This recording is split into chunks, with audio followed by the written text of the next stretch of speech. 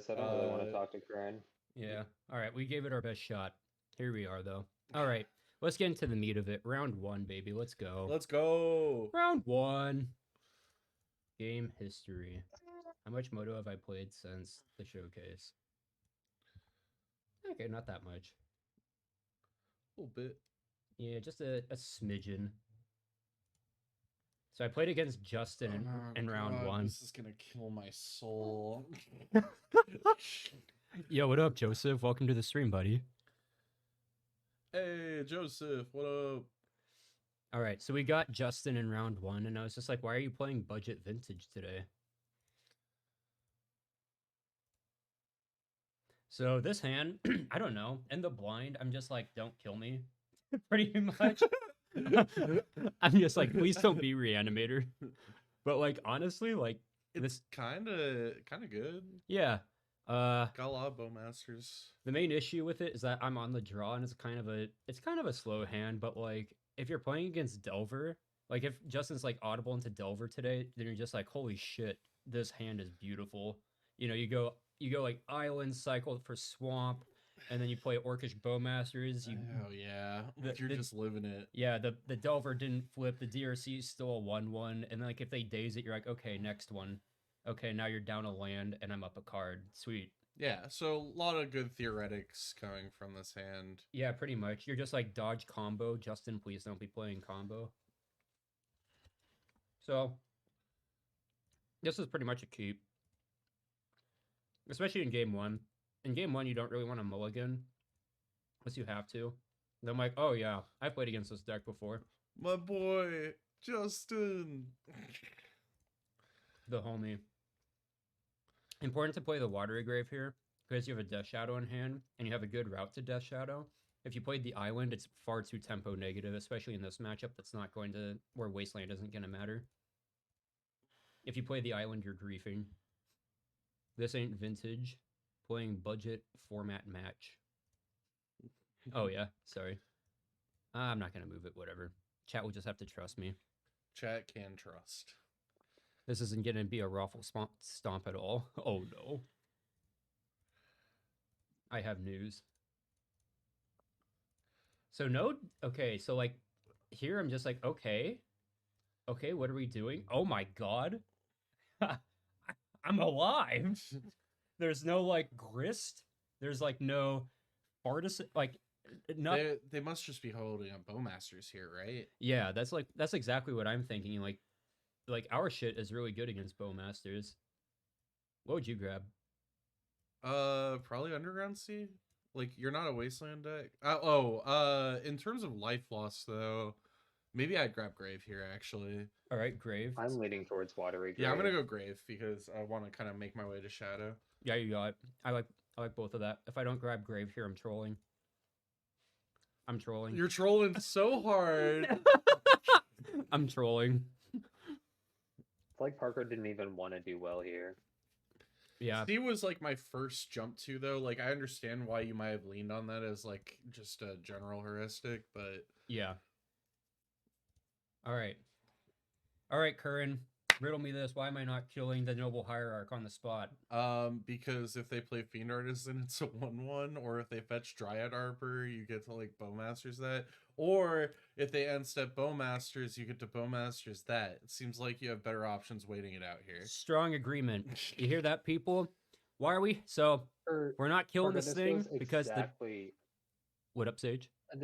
This goes exactly against what I posted in the Shadow chat earlier in the Shadow Discord. It's like, you just always slam it, turn 2, no thoughts, head empty. Oh, Sage is like, always slam it, turn 2, no thoughts, head empty. Just fucking do it. You see a thing that can be removed, just get it out of there. I'm tempted to hit the Dryad Arbor, and if I do that, I'm griefing. All right. No, I've played this matchup enough. Yeah, there we go. The most important cards in the matchup are Grist the Hunger Tide and Fartisan. True. Just about anything else doesn't. Okay, Natural Order, scary card, but like we can work around that. Now here we're just like, do not have Natural Order. I mean, even if they do. Blue mana. Blue mana? Oh, they were trolling. Yeah, you forced the hell out of that. Yeah, get that one out of here. I think there's a world where you actually just go like, ping Dryad Arbor, and then like ping the insect, and then you jam. But then like they still have a one loyalty grist, and they could easily go like Bowmasters, and then you die Mm. pretty much. So I'm just like, yeah, fuck it, get this thing out of here. So what the hell? There we go. Yeah, I was like, what the hell happened? Yep. Yeah, opponent is definitely on cradle control for sure, and I think I may have missed that message from earlier. No, it's all good. It's a pretty recent one. So yeah, get the grist out of there. Don't let the grist stick around. The best you're gonna do here. Actually, you could kill the grist because you'd be able to ping it, and then you'd have 3 power. I don't know. Just get the grist out of here. There is a bowman in end step. That was just second man, Joseph. Yeah. All Gucci. Which, yeah, now it's just mana efficient. Now you're just doing the good thing. Yep, exactly. And now I like removing this one here because since we've removed the first one, and like Fiend Artisan's already a 2/2, it's just like, all right, choke the mana. Now we got to figure out. Actually, Fiend Artisan was a 3/3 at that point. Grist counts. Oh yeah.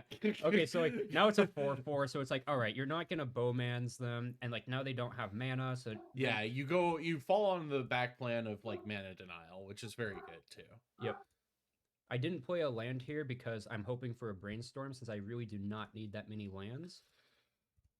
And there's not many draws where I'd get punished for not doing this. This is a green sun for 1. Maybe playing around days here. Yeah.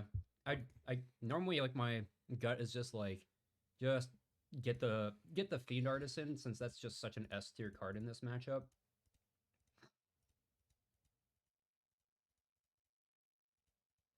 Go, go, go, go. I love Moto replays. Don't you love Moto replays, Parker? They're just an absolute treat. Moto works so All well. right, let's see what we Wonderful get program. here. Thoughtsei's off the top. Fire it off. Oh, Bam. yeah. Where are we jamming? Where are we taking? Oh, I have an idea of what I'm shit. taking. So, this is interesting because, yeah, you don't really have a clean answer to natural order at this moment, but like endurance, there's a point in time where you're just going to be able to get the death shadow down and like fight with it a little more. My assumption is take natural order here, but I wouldn't be surprised if you took endurance either. Yeah, it's definitely the natural order. Can't beat Atraxa Yeah, in game 1. simple as that. How much better is a Nightmare? It's a Nightmare over a 3/4 here, though. Like, is it so much better? It's worth playing into days. I mean, Reclaimer's holding down the board at the moment. Like, Parker hasn't played anything bigger than a 2/2, so Reclaimer is safe through days and also still does a good job. But now there's a larger concern in play. Yeah.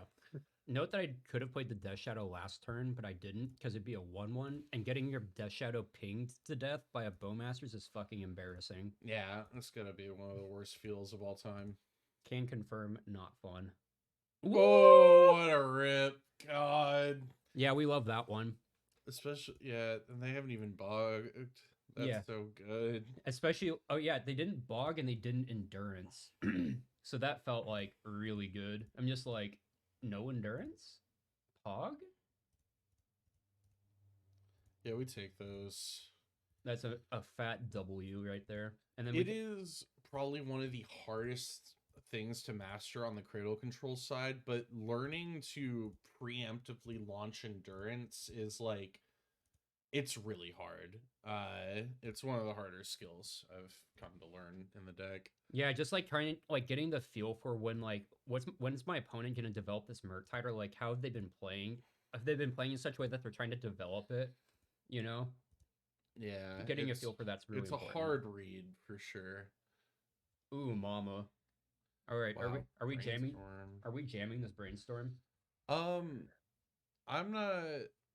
I'm thinking you're just attacking with Murktide Regent. Personally, I don't Yeah. see an exact reason to jam the brainstorm, especially with no shuffle effect. Mm-hmm. You're pretty in control Yeah, I right mean, now the of everything going Brainstorm on. doesn't even seem that good. Like to cast. Yeah, like your opponent's sitting on Endurance, Crater Hoof, 2 unknown. Yeah. Yeah. Like I'd agree with that. But it's Yeah. like 8:15 a.m. and I kind of just want to draw cards. Understand. Understandable. Alert. Oh no! Wait, Parker, come on! No, not my bowmaster. Shit. Shit. All right, deck. You know, there's exactly 2 draws I'm like itching for here. There are 2 draws, baby. And you know what? I'm so skilled at this game that I hit one of them. Oh. All right. My God. Noob Lucker moment on God, for real, for real. Where are these going? Are you pointing at my face if you're Justin, or at any other target? Yeah, so I'm definitely tempted to just clear the shadow here because it's such a scary ass threat and you're presenting me the option to do so. But again, if I'm doing that, then I'm betting that you didn't draw any kind of like Street Wraith snuff out effect. No, why would I play those? Yeah, it's obviously pretty clean to just go for the Orc Army and Orcish Bowmasters here with the information, but like, you're definitely not doing face. And if I'm Justin right now, I'm probably going for that Death Shadow. All right, Sage, where are you pointing these? I mean, my first instinct is to clear the Bowmaster and Army, but the Shadow is probably the more correct answer because, yeah, actually, the Shadow is definitely like clear the Shadow. Yup. The Murktide in the air is still Justin a wants the consideration. blood. And then, like, Oh no, your Orc Army is going to be It's big so enough to tangle sad. with yours and beat it. Such big Yeah. oof. No, I agree, Sage.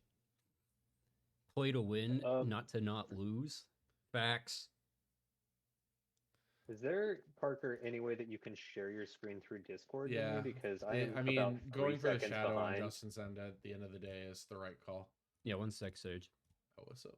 Oh yeah, that would Okay. help Sage a lot, probably. There we go. All right, you got the Discord stream up, Sage? Oh, sorry, Discord just like likes to crash sometimes. Woo! Just back. Discord things. I'm also back. Discord just crashed is all. All right, can you see it?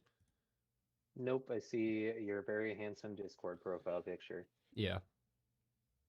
Same. Okay. Oh wait, no, it should be streaming right now.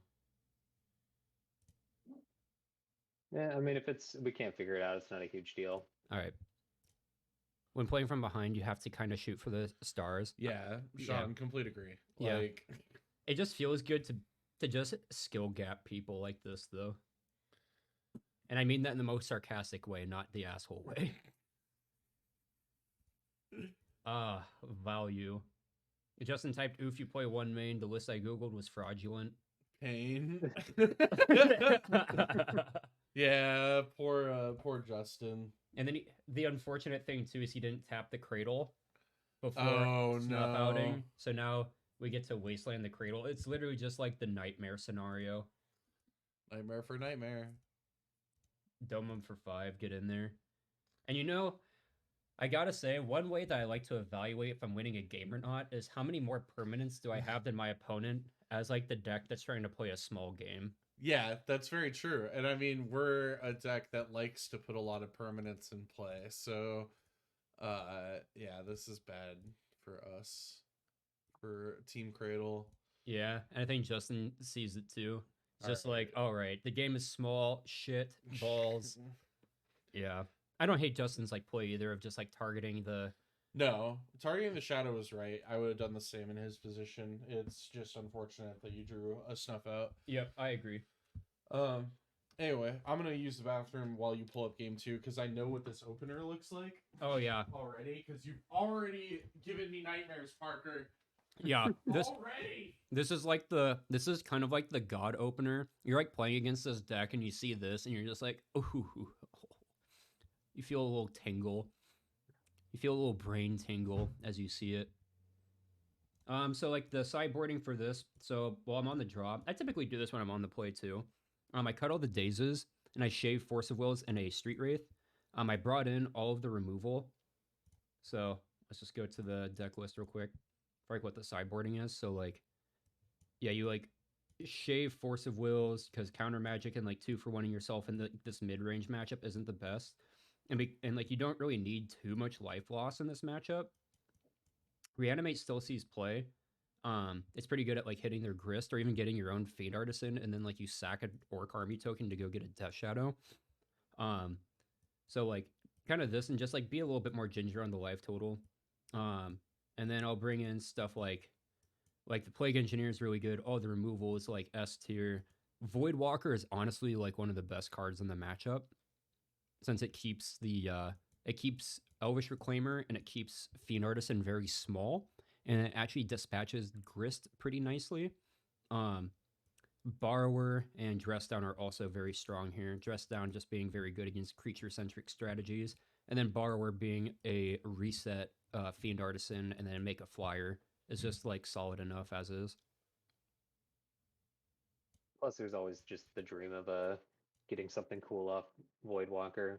I agree. Yeah, it's like I think against current I've maybe done it like once where I got like the hoof or the Atraxa, so it's not very frequent, but it is like a thing that they have to be very conscious of.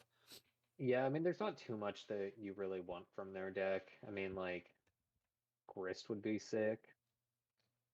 Yeah, Fiend Grist is very Artisan, good. maybe. Um, yeah, Plague Engineer. The very good names are actually Insect, and Shaman normally. Insect and Shaman, but Insect is typically the best name because it's just like about neutering Grist for the most part. Are both of the Hierarch Shamans?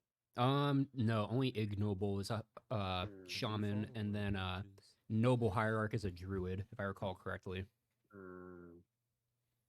Noble Hierarch is a human. Man. Heathen King, thank you for the follow. Welcome to the stream. We're just showing the sideboarding for my round 1 against Cradle Control. So that's kind of what I did there. Just take out the Dazes, trim Force of Wills, and a Street Wraith, bring in just like a shitload of removal, Dress Down. Voidwalker just kind of being like Voidwalker's so cool. I agree. I love playing with this card. So this is the opener that we get to see. And I don't think I've hit keep faster than or in any other hand than I have with this one. This is just kind of a nasty fucking hand. Yep. Yeah. You've got turn 1 kill Donk, reanimate Wraith, turn 2 6/6 Shadow, and Wasteland, and then you can eventually develop a Voidwalker if you want. Like, this is just kind of gross. Yeah, holy crap indeed. It is just not particularly fair. Like, this is kind of like the I win hand. Yeah, we got the what? And like, you know what? Good opener, fair enough. Okay, so like if Justin, a question, if they lead on Noble Hierarch versus Reclaimer, does that kind of signal that they probably have Cradle in hand already? I would say the Ignoble Hierarch is honestly just an ideal start out of the deck. There are the times I lead Reclaimer are probably the times that I don't play Hierarch because, like, I want ideally for the first removal spell to go at a mana donk. You know what I mean? Yeah. Like at the same time, if it doesn't, then I'm cheating on mana on turn 2, right? So. Okay. It's like it's a great trade-off. And so Reclaimer on turn 1 has kind of gone down in popularity as a result in general. Okay, that makes sense to me. Yeah, I wouldn't read too deeply into it is what I'm saying. Checks out. Thanks for that. You're welcome. Ponder's a great draw when we eventually need to figure out something else to do if the game even gets to that, and we get nice fixing with our troll here. So this is just like very easy, like night. And like I normally like preach against like removing the mana donk, but because like the start is so fucking accelerated, it's just like I'm just going to tempo you out. Yeah, at this point you're playing the mana denial plan. Again, that's a great strategy to play. But if the Krill control player has too many mana sources, then you want to be killing Fiend Artisan more often. Yeah, or the bigger things. Strong agreement. I'm assuming you didn't run out the Shadow on turn 1 because you don't want to get Bowmastered. Yeah, I didn't play the Shadow on turn 1 because yeah, Bowmaster, like getting your shadow pinged by Bowmaster is just fucking embarrassing, and you just never want that to happen. What do you guys grab? You're at 7 Definitely at this C. point, so Shadow's I gonna be don't. a 6/6. If you go to 5, it's 8/8. I feel like you grab C here. I feel like your life total. I mean, the 6/6 is already going to be huge on this, It's a like just really tough across call the between board. Grave and C for me. Probably C. Yeah, both of you said C. I agree with that. Getting Grave here, like you're already just like at 7. Yeah, that's what I figured. And like you still have like a lot of top decks like a Dismember or like Reanimate and like Fetches and whatnot, where you're just like, I already have like life loss locked up, and I'm already at like this really insane life total on turn 2 with a big fucking 6/6 in play. So like it literally doesn't matter to keep losing more. Actually, it matters a lot to keep losing life at this point. Especially 7, because you have 3 power attackers. So being Yeah, I at mean, less and than 7 is kind of scary. it's also not super hard for them now at this point to just kind of like cheese you out with a tiny hoof.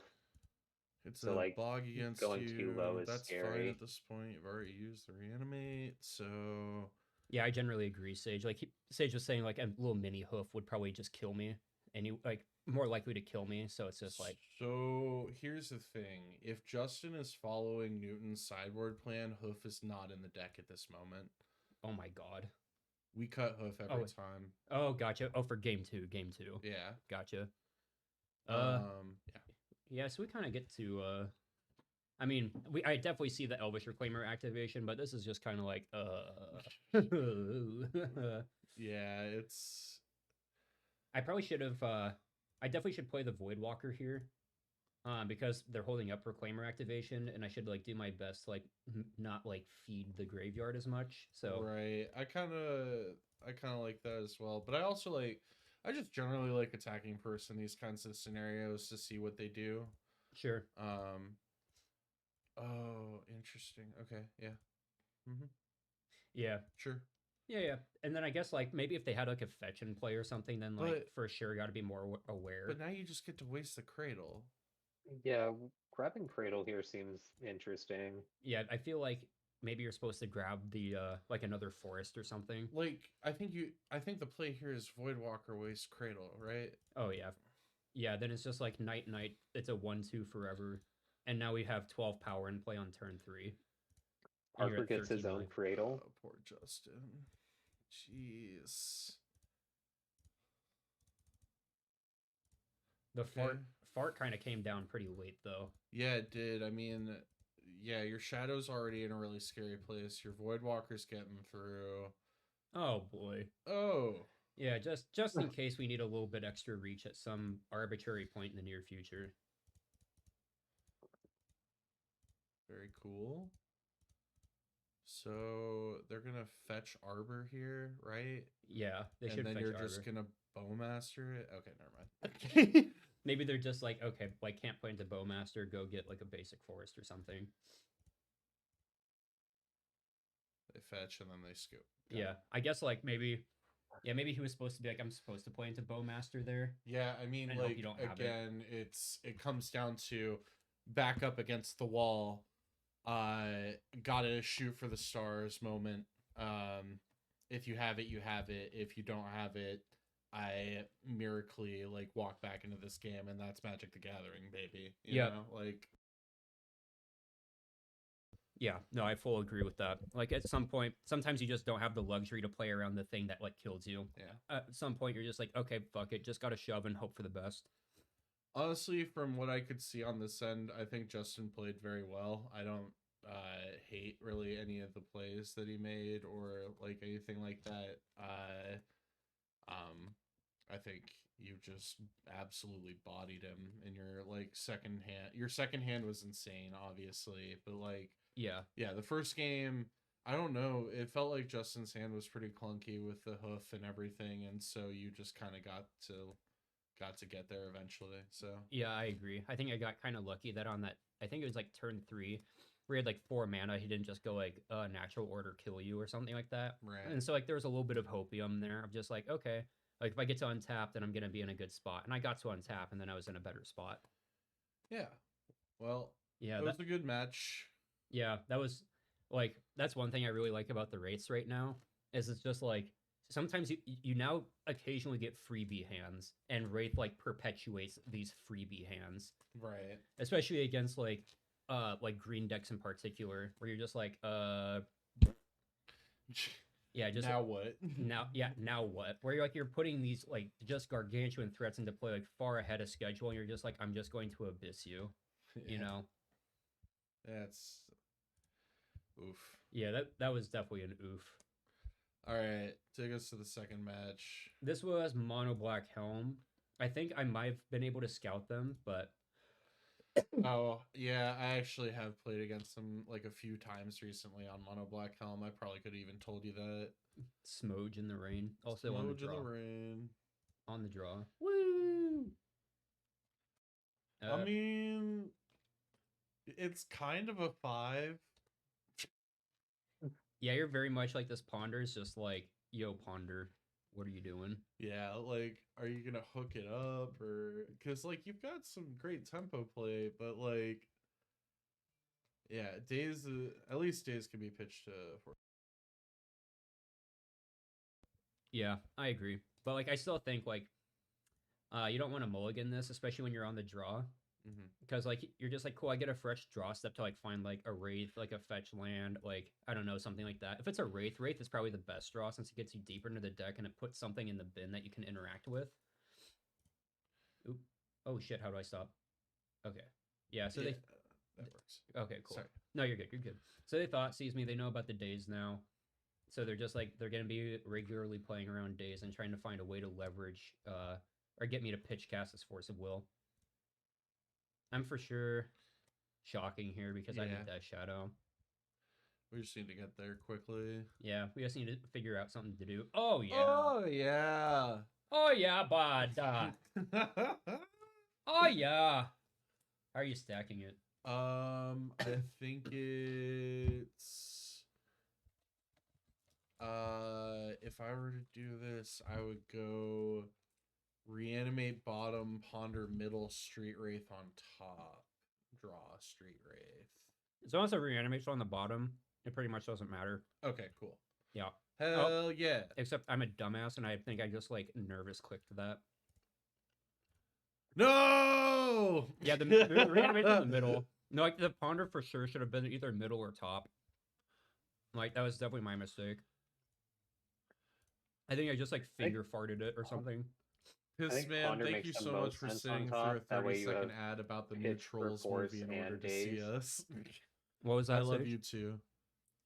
Oh, I said I like, I mean, not that it super matters, but I think Ponder on top is probably the best. Yeah, I agree, because then it gives you the Just option 'cause- to pitch it to Force of Will over this days. Yeah.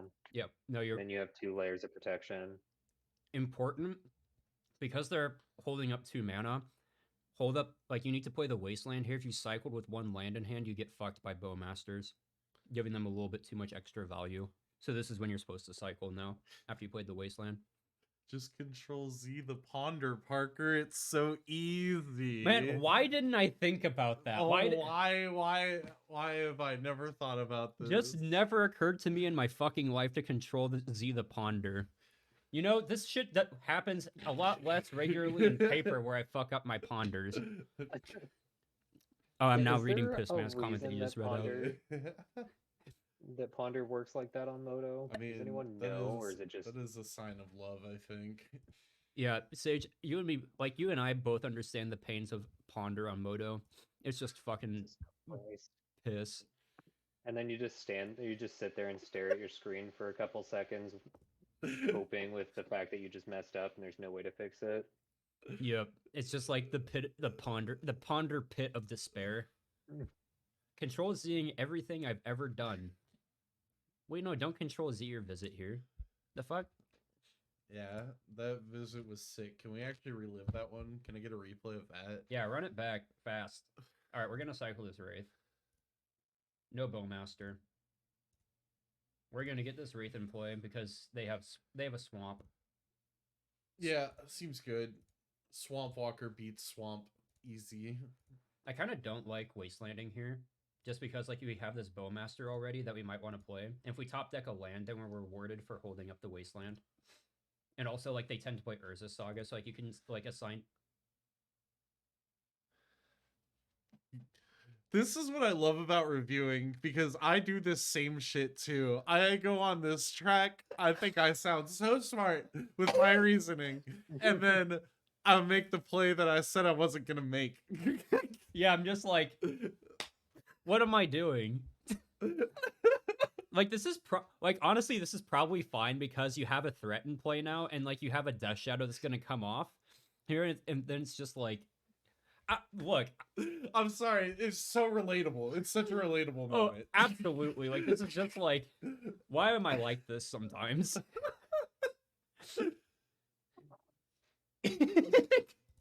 Oh, sweet. They have another Vault of Whispers. Just what I Oh, need. look, and more mana. All right, they have 2 cards in hand. There's a Drit. I wonder if they're holding up Opposition Agent. Oh, man, are you cycling? Oh, I mean, they're not gonna kill me with damage, right? Like, probably get that Death Shadow and play bigger. So, like, you're... Oh wait, Bowmasters. Yeah, That's the argument, huh? Yeah. Are you cycling? What are we... I mean, like, do you just, like, deploy the Shadow and be like, this is good enough. This is good enough for my turn. It's a 3/3. It's just a 3/3. Smile. Yeah, I mean, I'm definitely deploying Shadow. Like, I know I'm doing that at this point. I don't think I'm pondering. I just don't know if I'm firing off the Street Wraith or not.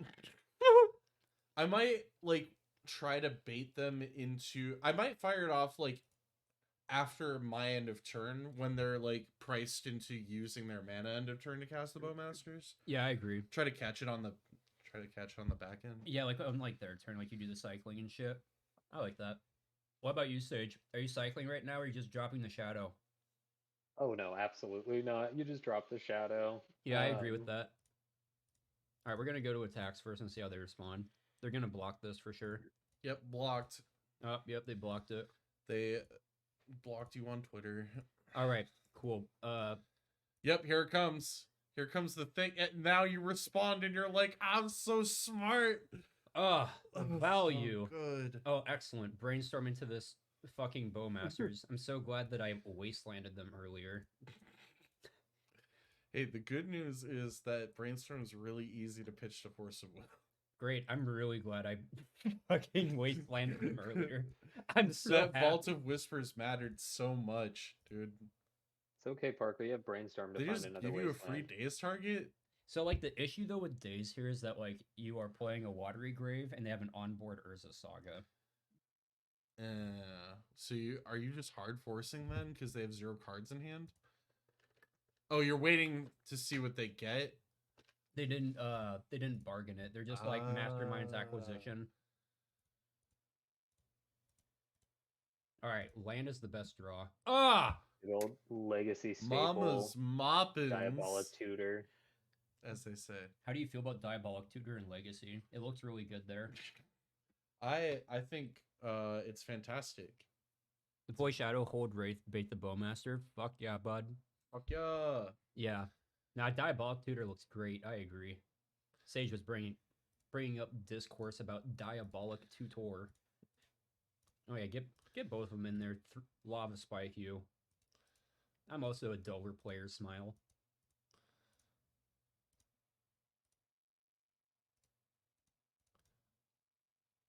Agadim the Undercreeped. What do you think they grabbed? I have no fucking idea. I'm actually kind of perplexed. And then we're definitely bow-manning them. Removal... Look, removal spell that's also a creature in Death Shadow is so fucking good. Like, this is literally the card that Death Shadow's been waiting for like, 2018, 2019. Now, like, this thing, like, doesn't get to block your big fucking 6/6 while you're at 7 life. Shit, yeah, brother. Oh! Fuck yeah, bud. Why are we so good at this game? So, your Swamp Walker keeps dealing damage. Clearly, you've never heard of Bone Shredder. Clearly, you've never heard of Shriek Ma. Shriek, comma, Maw. Now they're at a nice and toasty 3 life, and I'm gonna put a big fucking Dargon into play. While I have Force of Will and Daze. Yeah. You're just like golden here because you just chump block with the orc army. Golden. Notably, exile the Death Shadow, so in case they're playing Reanimate or some shit, they don't get a big thick feller. So they have to probably go get Shadow Spear. But even then, Shadow Spear does like fucking nothing. They drew a card and they said, "That sucks. I quit." They shriek. They shriek. Thank you, Piss Father. I appreciate that. All right, mono black sideboarding. I think this is like an 11 card in, 11 card out scenario. Yeah, what are we cutting? Okay, yeah, so we're cutting all the Dazes, all the Thought Seizes, 2 Bowmans, and a Snuff out. Okay. And then we're boarding in everything else. So this is actually 12 cards out. Or sorry, oh wait, and the Hydroblast is in there. What the heck did you? Oh, so it's like all D's. Yeah, it's like basically all of this. I probably should. Did I board in the Palantir? I probably should have because this matchup. You can boarded go in pretty low. Keg and Nullrod. Yeah, because they're a Vault of Whispers Chromox deck. Okay, so you brought all that in. Yep. This just like you name Orc and you're just like, yeah. And then You're chilling. Yep, this kills Dothy Voidwalker, this kills Dothy Voidwalker, this kills Dothy Voidwalker, this kills Constructs, this bounces bullshit. Like Dothy Voidwalker. Yeah, like Dothy Voidwalker or Helm of Obedience. And you're just like, yep, these are just like high quality cards, and I'm getting out all of like the trash in my deck. You're just like, yep. Like Thoughtseize, especially on the draw, tends to not matter. Because like they're like dumping their hand anyways. They're a dark ritual deck, and they're just like, I want to get onto the board as fast as possible. And so they're trying to get on board as fast as possible. They're an Urza Saga deck, so like Thoughtseize just matters a lot less. Yes, we did, Fish. Yeah. Oh yeah, bud. I think this game was actually kind of depressing. Well, I mean, it is a 3-game series, and this is this is game 2 after you won, so I assume it is. Yeah, I think here's where the depression starts. Depredge. Yeah. Wow. That's a lot of depression. Wowza. Okay. Yeah, so Oh now we've got gosh. Underground Sea. Okay. No spoilers, Curran. Maybe Parker 3-0'd them. Oh, sorry. Yeah, you're right. My bad. Sage, how would you feel if you were playing Storm and they just go like Dark Ritual Thoughtseize him you? I mean, I've had it happen to me once. Woo! I made Soul decide to play decks that beat Storm because he did it to me, and then I still just drew the nuts off the top and killed him. Sounds fun and enjoyable. My only experience of it happening to me is I don't care. Yeah, but get I know that that's not Saga true. I would actually out. cry. Goodbye. Get the fucking Urza Saga out of here. Card's bad. Stop registering it. It dies like that. Card is dog. It's embarrassing. I thought about brainstorming there to make the Murktide a 6/6 because they're at 18. But like it's just so soft to removal.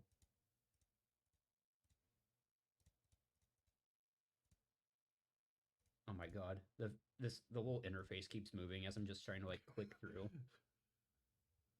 So now we have Dargon. We got Dargon. Oh, they hit me. Sweet. Yeah, at least you still have the Null Rod at the end of the day. I do have a null rod to their no artifacts, thankfully, but I would have preferred to have this brainstorm. That's their no artifacts. Look, man, it's gonna matter. It's gonna matter. I swear, copium. Strastaddy, thanks for the rate of 13. Welcome, Raiders. We're doing VOD review of my showcase run, and I just, they've hymned me twice. I actually looked up their list, and within the top 10 cards of their library, they hit both of the hymn to Turox.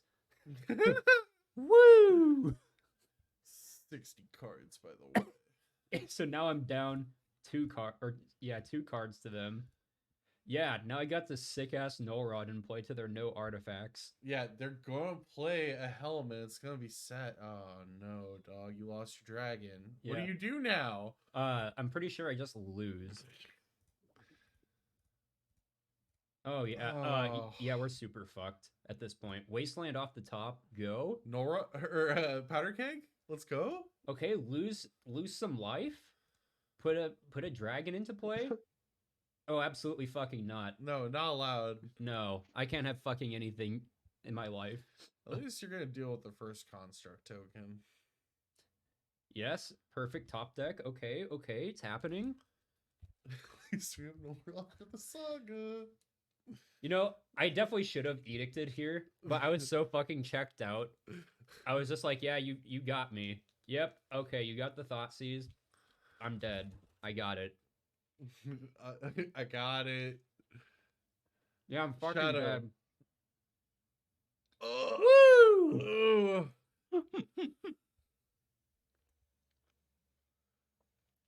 Oh yeah, best top decks in Legacy, folks. I was just like, yep, I deserve this. Oh, this is why we don't play Fort Troll. Oh yeah. Oh, buddy. You're ready for their next spell. It's over. Should I have cycled? Probably. But this game literally doesn't matter. Actually, it probably does matter. I probably could have, like, thinned to go find, like, a dress down or something. Oh, yeah, now I'm super fucking dead. Yeah, night. What'd you think of that, Sage? That was beautiful. I'm a little upset you didn't force a will the Sheldred just to go out on your own terms. I probably should have, because I'm that petty. But, I mean, clearly not. yeah, I'm actually not that petty. That's a lie. Really should have brought Palantir in. We could have 16'd opponent with these draws. Then it would have been fucking dead. It's like, no, I'm never letting you draw. Never. Slam day. All right, let's see that game 3. Yeah, I was just, like, kind of checked out.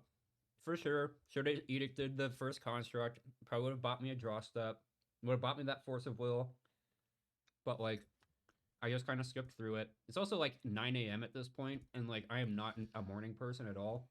So. I'm gonna step away for Mornings just a are hard. second. Yeah, this sounds pretty good, though. So, I lead off on the fetch over the Watergrave and the Underground Sea. Because we have a Murktide region in hand.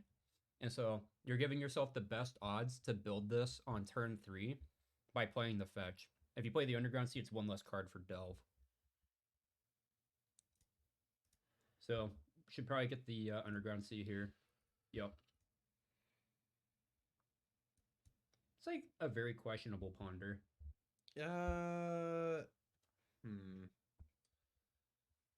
What does it do? What does it do? I mean, He dies to him to Turok.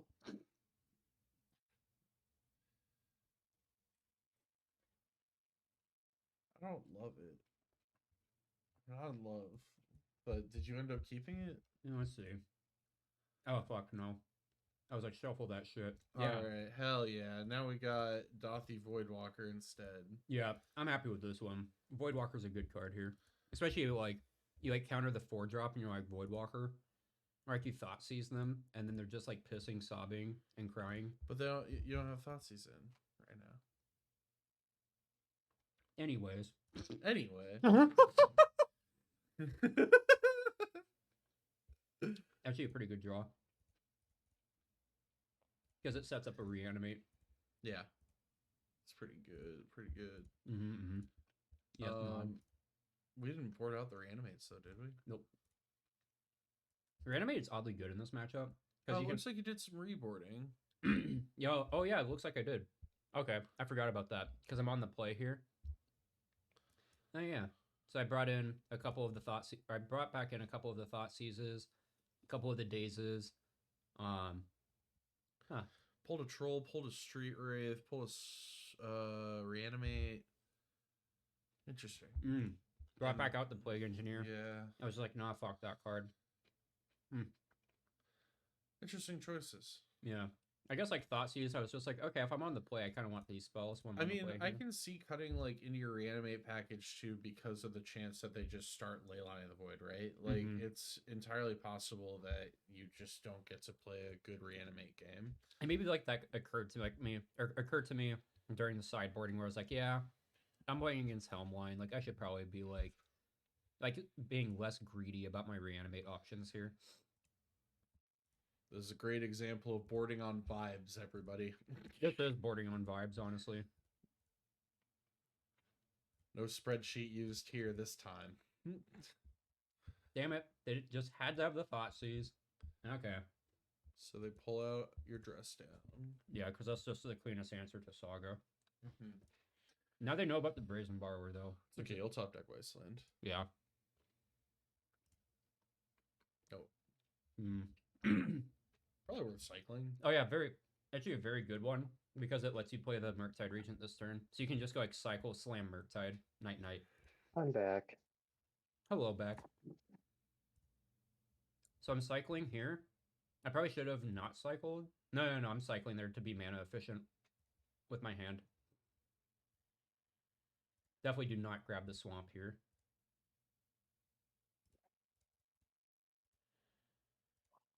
Yeah, then we get a nice Murktide Regent here. We get to dome them for 3, make any Ancient Tomb top decks kind of poop. And like, even though it's a 4/4 Murktide Regent, like it is something that's like on the board, which is like the very important part. Yeah, you just want to be like kind of aggressive in this matchup. Yeah, exactly. My only spreadsheet is current telling me how to board in the mirror. I love it. Oh god. Stop with the lands. We don't need these anymore. No. I think there's a world where you actually cycle the troll for swamp, so then you can play both halves of Brazen Borrower in one turn. Not unreasonable. Yeah, plus that turns on turns on Hardcast Street Wraith. Yeah, that doesn't matter. Whatever. Yeah, Hardcast Street Wraith, that is actually like a thing to consider. There's one left in the deck, but it does like it gives you that option, which is the important part. Also, notably, they did not make a construct. Dark Ritual. Beseech the Mirror.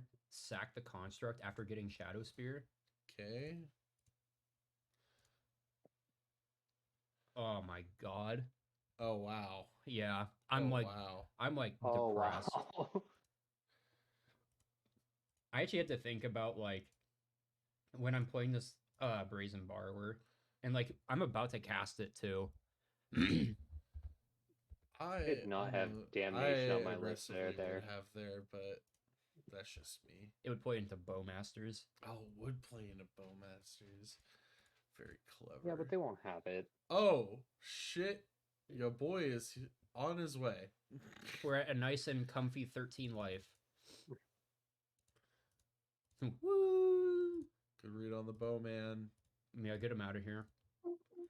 Stinky card.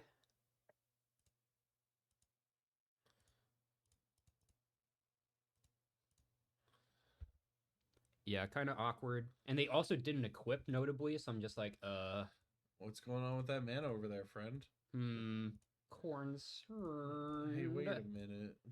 What are you tapping all that for? Oh, there we go. Oh, post-combat equip. Hell yeah. Look, I would have taken the 1 extra life. Or maybe they, like, have a calculation or something I'm just missing.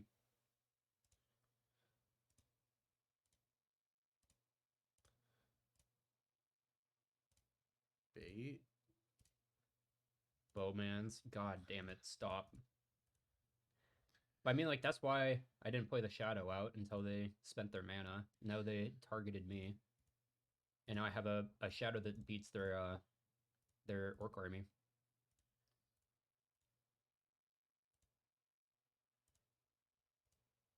The 4th Vault of Whispers. What do you think they're grabbing? I'm scared. In this situation, Tendrils of Agony. Shieldred? Yeah, it's probably Shieldred. I'm so depressed. I'm sobbing. I'm crying. It's over. It's so jover. Or is it? Or is it? Oh Oh my gosh. So a powder yeah, keg. listen, problem with Vaults of Oh. Whispers is Oh, that some powder of these keg old is beautiful. cards really kind of fuck that card up. This one in Pernicious Deed specifically. Man, Sage, why doesn't Shadow play Ratchet Bomb? I don't even have anything awful to say. This powder keg is just too perfect.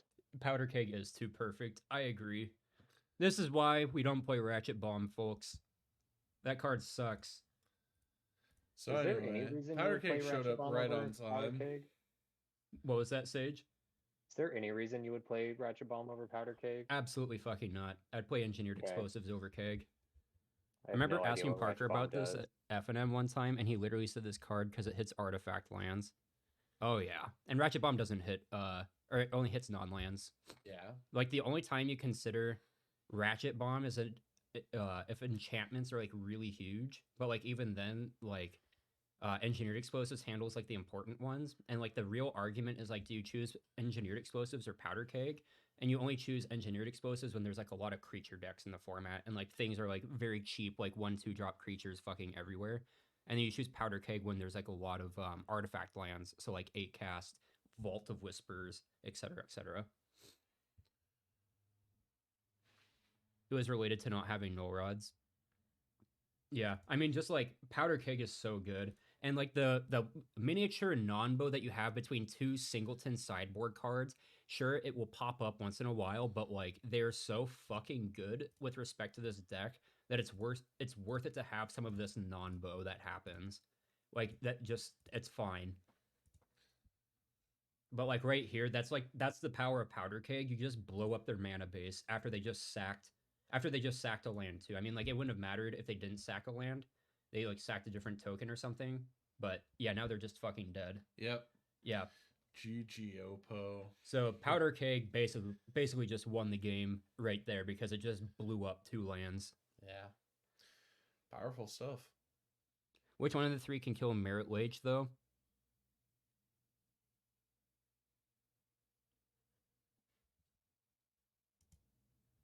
What are the 3? Never mind. Engineer Explosives, Ratchet Bomb, and come on, dog. None of them? If there's a dress down in play.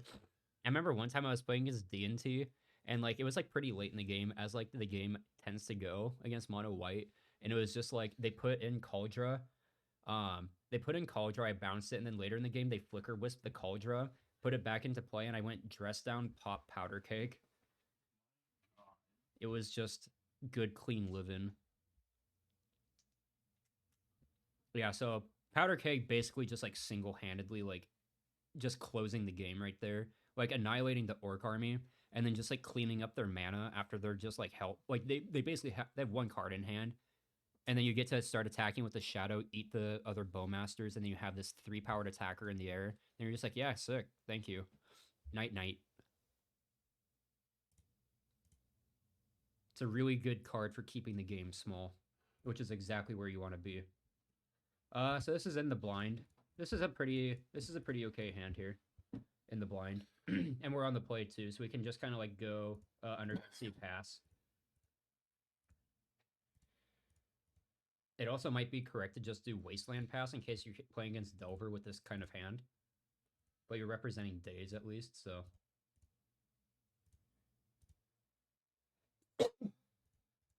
So this could be Shadow, this could be Scam, this could be Doomsday.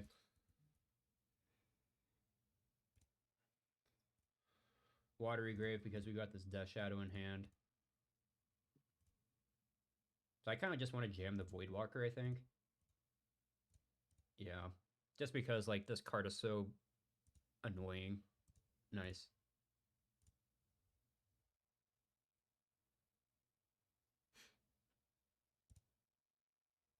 Wasteland, Frustrating Draw, and Fatal Push. Alright, so we're playing against Scam. Very unpleasant to get that, to have that happen. So I think here, like, there's a decision between, like, Wasteland them and Jam Bowmasters or Thoughtseize and Jam Bowmasters, and it's kind of, like, hard to, like, decide what to do here. Hey, you know from Just Push that it's Scam. because they played the Wasteland as well, and Scam is playing 2 to 3 fatal pushes at the moment. I mean, there are small odds that it's Death Shadow, but a lot of people have been dropping Death Shadow lately because, I mean, that's just like the nature of the deck. It gets popular, and then people realize not every hand is a Turbo Shadow hand, and they actually have to think about the deck, and they just put the deck back down. And start asking questions like, why don't we play Shadowless Shadow and stuff like that? Why don't we play Shadowless Shadow? I'll go back to game 2 against Cradle Control and show you why we don't play Shadowless Shadow. Yeah, right. Exactly. Mm. Anyway, but- yeah, this is tough though. Yeah, I agree. Like this is actually kind of a tough one. So if we know it's Scam, because like it's telegraphed by them having Fatal Push and Wasteland, or like it's some small percentage, like very small percentage that it's Shadow with Push, which would be a very incorrect build. Like it's like 95% Scam pretty much. So the way that I see it is just like if you go Wasteland and then Bowmasters, it's hard for them to like double Wasteland punish you because there's this Bowmasters in play, but they don't get to leverage the rest of your hand, which is the unfortunate part. But like if you go like Thoughtseize and then play the Wasteland with Bowmasters, you give them breathing space to like cycle a troll or a Lorien revealed pretty much. And then that's more of like that's more of a tempo negative play relative to play or Wasteland you play Orcish Bowmasters. So it's just like, how do you? This is pretty much the point in the game where you're setting the pace of the game for the next few turns, and it's kind of like a difficult thing to like ponder. I don't know. I think like looking back at it, like if they're holding up Wasteland, to me that means like they have a Land Cycler in hand, and so if they have a Land Cycler in hand, maybe it's correct to Wasteland the Underground Sea, and then you play the Bowmasters because then if they have another Wasteland, then it's like really awkward on them to play it and not the color source. And so like then that gives them the option to choose between playing color source, which is good for us because that means one less Wasteland to worry about, versus double Wastelanding us, which from our perspective is like actually fucking horrendous for us. Is that what you end up doing then? Well, let's see what we do. Looks like you jammed Thoughtseize. Yeah, so like that's probably like the very incorrect play here.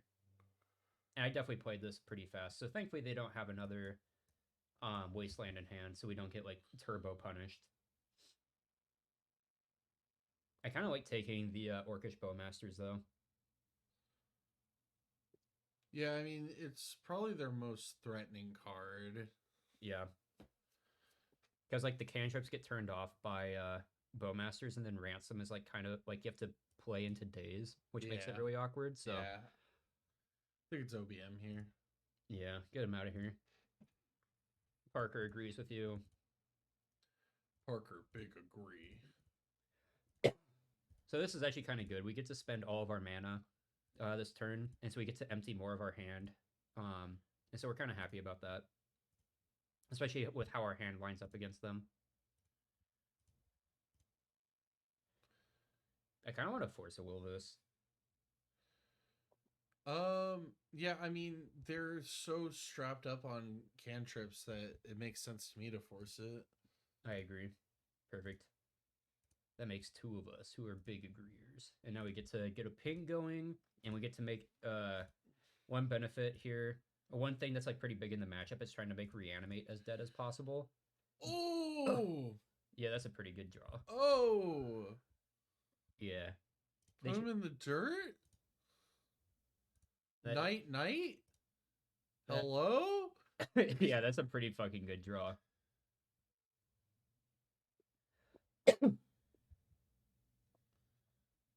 Ugh, nasty. Can you believe I get O2'd? Brainstorm's a great pickup here. I probably should save it though.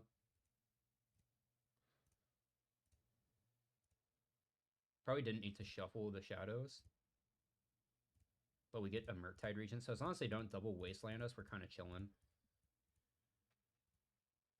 But I guess like then it like runs into Snuff Out, so I don't know. Maybe I should have right there. What I should have done is like kept a fetch. Spoilers.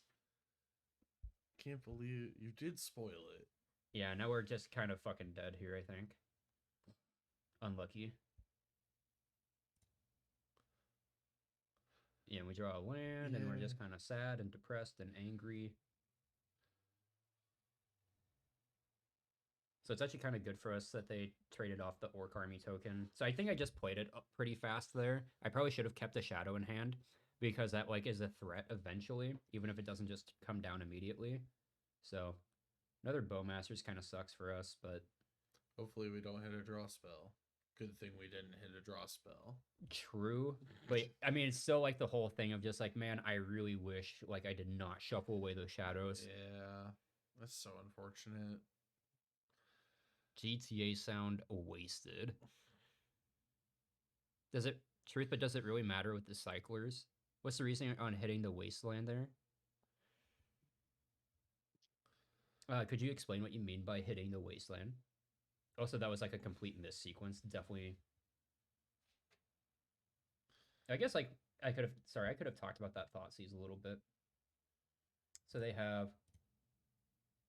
So we took a Snuff Out from their hand, but this is their hand right now. And I just felt like Snuff Out because it answers Murktide Regent. I'm just like, fuck it. I'm gonna put you on a 2-turn clock. Good luck. It's pretty much my thoughts.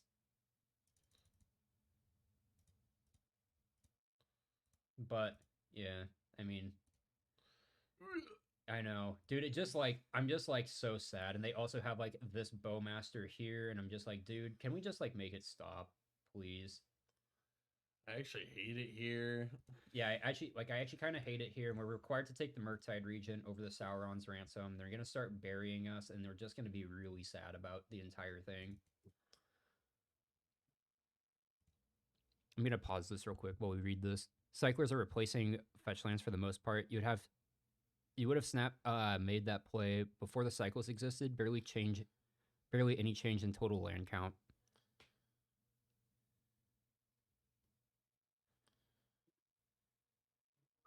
It does. I mean, like you're making them spend mana to go find another land, right? And then you're asking them to have the land cycler in the first place. One C in the wasteland, because it makes it harder for them to cast Murktide Regent. Yeah, Murktide being double color is a big deal. I think at this point, like I think I just kind of tilt made this Sauron's Ransom pile, if I recall correctly, because like either one is just like super bad for me. So, but yeah, the card that matters the most in this matchup is Murktide Regent. So I showed them. Shit. Sorry. I forgot what I gave them. Sorry about that. Looks like they took the bottom pile. Which one was that? It was a Sauron's Ransom. Oh, Sauron's Ransom and Wasteland. So it's just like, yeah, yeah. I guess like my brain is just like, I'm gonna make you like have to spend mana each turn. But like, as soon as they untap for a second time, I'm kind of dead. So I'm just like, please, for the love of God. Land is kind of nice, but at the same time, it's just like, eh. Because it lets us hard cast this Force of Will. Unless they Wasteland us. But then if they Wasteland us, they're playing into Daze. So they have to consider that. Now they don't have to worry about playing into Daze.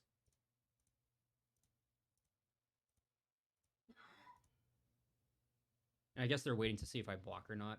I should have recognized this. I probably should have blocked. Taking 2 here is pretty unreasonable. Or taking an extra 2 is pretty unreasonable, I think. Good kitty. Brazen Bar, yeah, exactly for all of this reasoning. Like, yes, I just kind of played this game pretty poorly in the end. And then, like, I cycled the Wraith when there's 3 Bowmasters in play. I'm just like, yeah, okay. I played far too fast and just mad at my own gameplay. Mm-hmm. And I'm like, okay, well, that shit happens. Like, those were a lot of mistakes that I made in one game. Maybe I should have. Like, I think for sure it was the brainstorm, though, of, like, putting back both shadows. Maybe I should have only put back one of them. But, like, for sure putting back both is just, like, that was a mistake. But oh well, that's why we do VOD review. Yep. And then game 2, I think, was just like a slaughter. I don't even, if I recall correctly, it just wasn't even close. Because at this point, I'm just like fully in my head. And then like I had to take a mulligan while I'm on the play against this like really resource intensive matchup.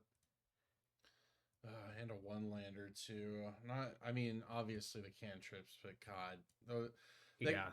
like tempo matchups, you want your land so bad, just in general. And Yeah. so it kind of sucks to open on one. I agree.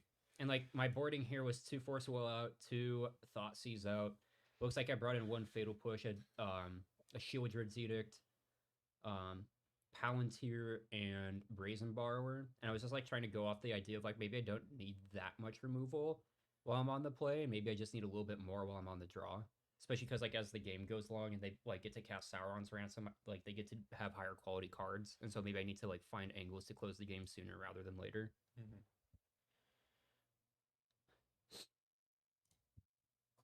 Yeah, this matchup, Quentin, is very complicated. The blue-black mirrors are very, very hard to navigate. And I tilt grab the Underground Sea. You're like, I don't even want this watery grave. Like, there was already, like, 2 mistakes. Like, Oh, wait. Yeah, right. Watery grave is what you should have grabbed. No, I should have grabbed Basic Island. Oh, just to play around Wasteland. Yeah. So, Yeah. so the first Okay. mistake was I didn't cycle before fetching. I should have cycled because I'm looking for a land, and then I should have fetched. Okay. And then I should have, like, grabbing the Underground Sea here is just like haram. Yo, Harain, thank you for the resubscription. Welcome back. 3 months. Woo! Woo woo! Woo! So yeah, this is just like 2 mistakes, and like I've taken 2 game actions. Like I'm just like, yeah, I'm like my mental is Jover for this match. A new follower approaches. Spicy boy. And here's 55. where you tighten up and you get games 2 and 3, right? Surely. Yeah. Oh my god. 3rd mistake. I've taken 3 game actions, and I'm just. I need to be cycling, bro. I need to be cycling. I need to be digging towards the next land. This is just haram. This is just awful. Like, my mental is toast in this one. I'm ready to go next. Yeah, I'm super fucked if they wasteland me here. They definitely do not play Wasteland. They do not play Wasteland. Okay, yeah. There we are. Okay, wait, but All right.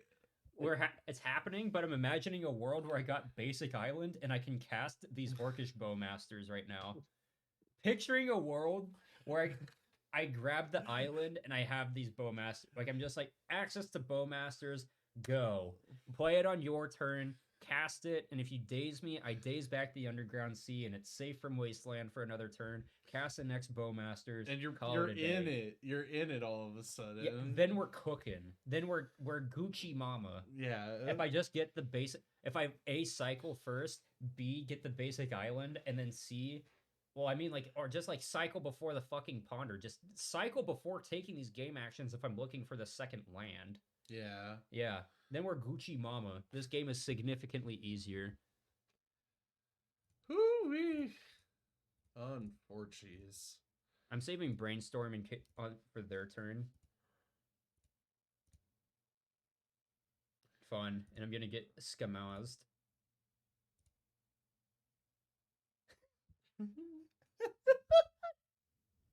Night night. Bruh, what are you gonna do? No. Oh no. It's so Jover. We're out. We're done. We're toast. And we're not the good kind of toast. Oh yeah. I mean, like, I thought about brainstorming there for another land.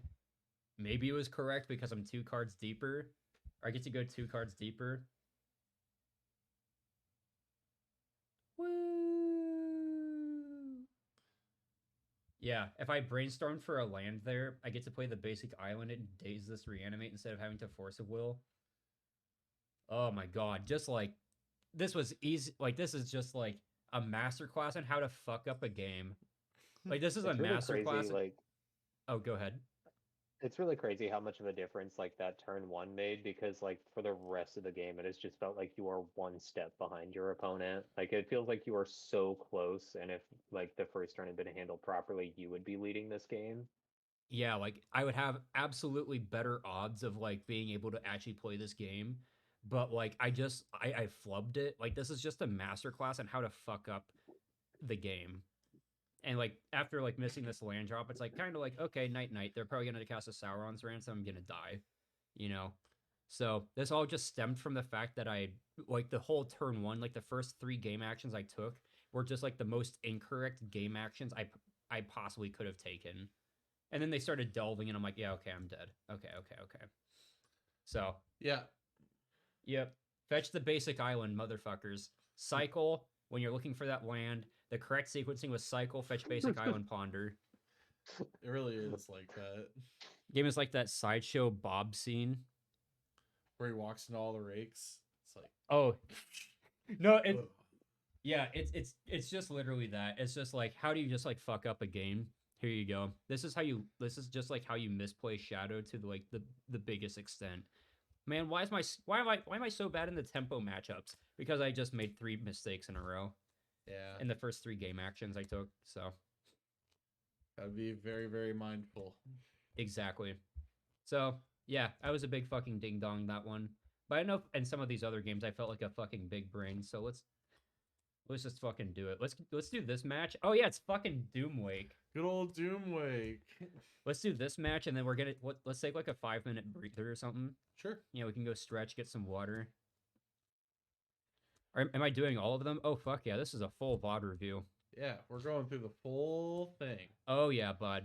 We've got 6 more rounds or something like that. Yeah, 6 rounds left. Oh yeah. So Doomwake, I was watching his stream, so I knew that he was on Patchwork 8cast, and of course I left his stream.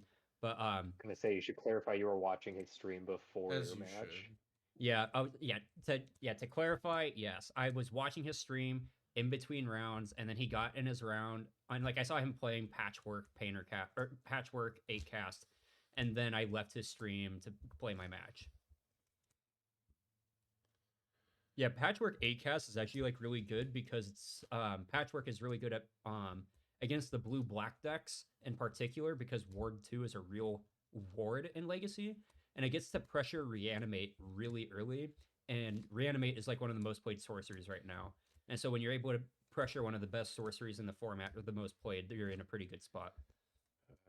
Patchwork, it's how it's on. Yeah, that card's fucked up. It really is. Yeah. I actually got to deal with it quite handily though. I think this is like a really good game to like display like how do you handle that card. So like because I knew he was on 8cast and I'm on the draw.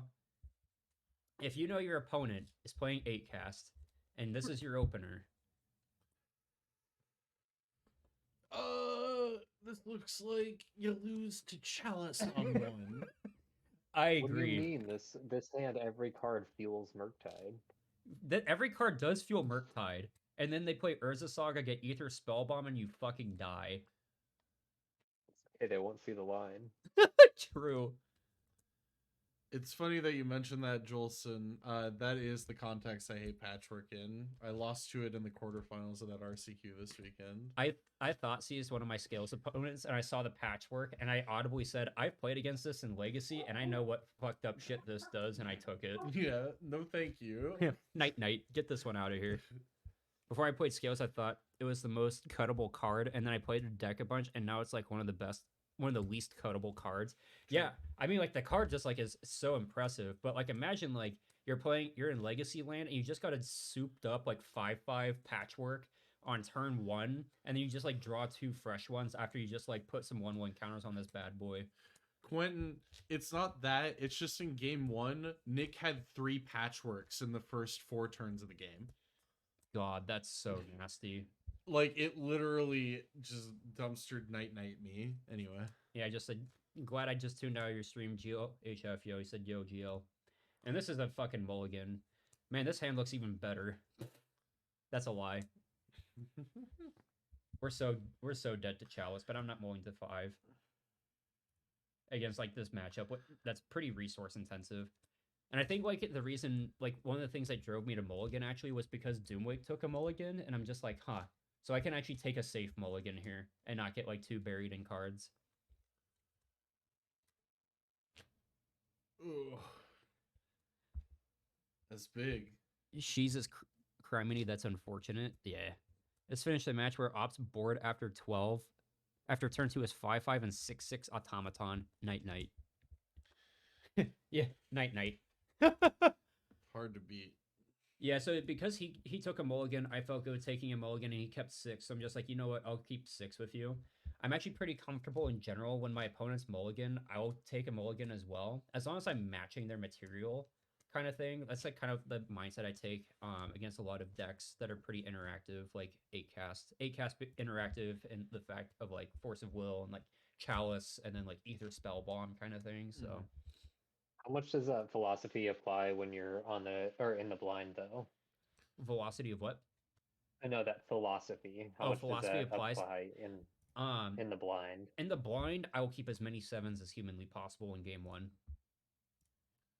unless the hand like does fucking nothing or like I actually have to mulligan it. Yeah, here we go. Patchwork Automaton, bad card, 2 power, 3 power. We've got 3 mana on turn 1. 4 power, 4 mana on turn 1. Do not play the fucking Chalice of the Void. Just All right, snuff it out, Parker. we get to play the game. So they know about the Ponder. Also, notably, they did not play an Emery. So no Emery, no Chalice is like amazing news for us. We're so Yeah. happy about that. It's basically get over this patchwork somehow, and you're kind of just like chilling. Yeah, you're just, dare I say, piss chillin'. I'm gonna say the first half of it. All right, we'll say the first half. Piss chillin'. Yeah, we were just kind of piss chillin' here.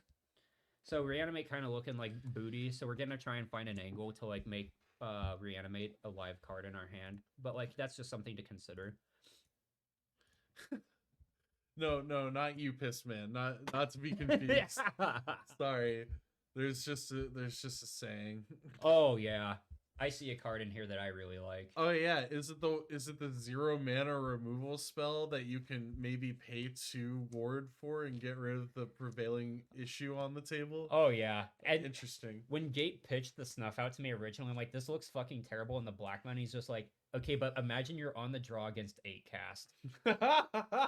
Or if you're on the draw against Cradle Control, and I'm like, you know what? Fair point. Where are we at right now? On the draw against 8 cast. Yeah. All right. So Wise words. yeah, those were some big brain words from Gate. So yeah, that was a pretty good ponder. We're gonna shuffle away that Thoughtseize. That Thoughtseize is like almost likely to not matter. And here they come. Yeah, here's 4 damage. And like they play nothing and we're just like, that's it. All right, okay. Big. Living in Legacy Land. I love Legacy Land personally. Yeah, this is I fucking love this format. So this is actually a big upkeep decision between like, do you want to snuff out now? Do you want to play Bowmasters now? Or do you want to snuff out end of turn after you see what they do? Right? Like this is actually a pretty like difficult decision, I think. Because like I think like you have the so you have Bowmasters to where you're just like, okay, like I could block this if I want. And I can modulate my own life total because right now I'm representing going from like 14-11 and then 11-7. So I'm representing 7, and I could block with the Bowmasters and represent 5 life, and that's 16 power in play. But alternatively, what you could do is be like, you're not going to draw a Force of Will blue card, and I'm representing 13, 9, and then 5, and then still put 15 power or 16 power in play next turn, and then I remove your 4/4. Yeah, I like Bowmasters here, I think, in upkeep. Mm-hmm. Just in case. Yeah, because again, during their main phase too, they could just go Thought Monitor, Thought Cast. Yeah. And then all of a sudden, like, you're punishing that. Yeah, then the game kind of explodes. Except I'm like, okay, let's go to main phase. All right, perfect. Hell yeah, we'll just see what happens. Yeah, fuck it. No problem. So at this point, you're pretty much like committing to like snuff. I guess like you're not committing to anything yet because they're just like asking like, do you have the snuff out or not? This is like the time to use it. Well, I'm just sitting here like, no. I'm gonna pump the shadows. Saga. Yeah, Saga's a little bit of a problem card, and now I wish like I didn't take 4 damage as much, but like as long as they don't drop a Chalice, we're just no Chalice. No Chalice. All right, what land are we grabbing? Oh no. Definitely C here, right? C. I agree with both of you. Sage also said C. Yeah, we're already representing five life down to and possibly 3 life. Like, there's no reason to get the watery grave here. Yeah, night this one. Bye bye. Bonk. Oh yeah. Oh yeah. Deck is filled with only good ones. So easy line here. Deploy 2 shadows, wasteland. Yeah, I'll simply put 16 power into play. And I sequenced it like this, so just in case they're just like, yeah, the Saga can probably deal with both shadows. And then you're just like, never mind the wasteland. Your answer to these shadows is dealt with. So the sequencing there, I think, was actually somewhat important in case it tipped the scales for them on whether or not they wanted to counter another shadow. So they played the Ether Spell Bomb. They drew a card. I think they probably should have bounced because they are in a very hairy position.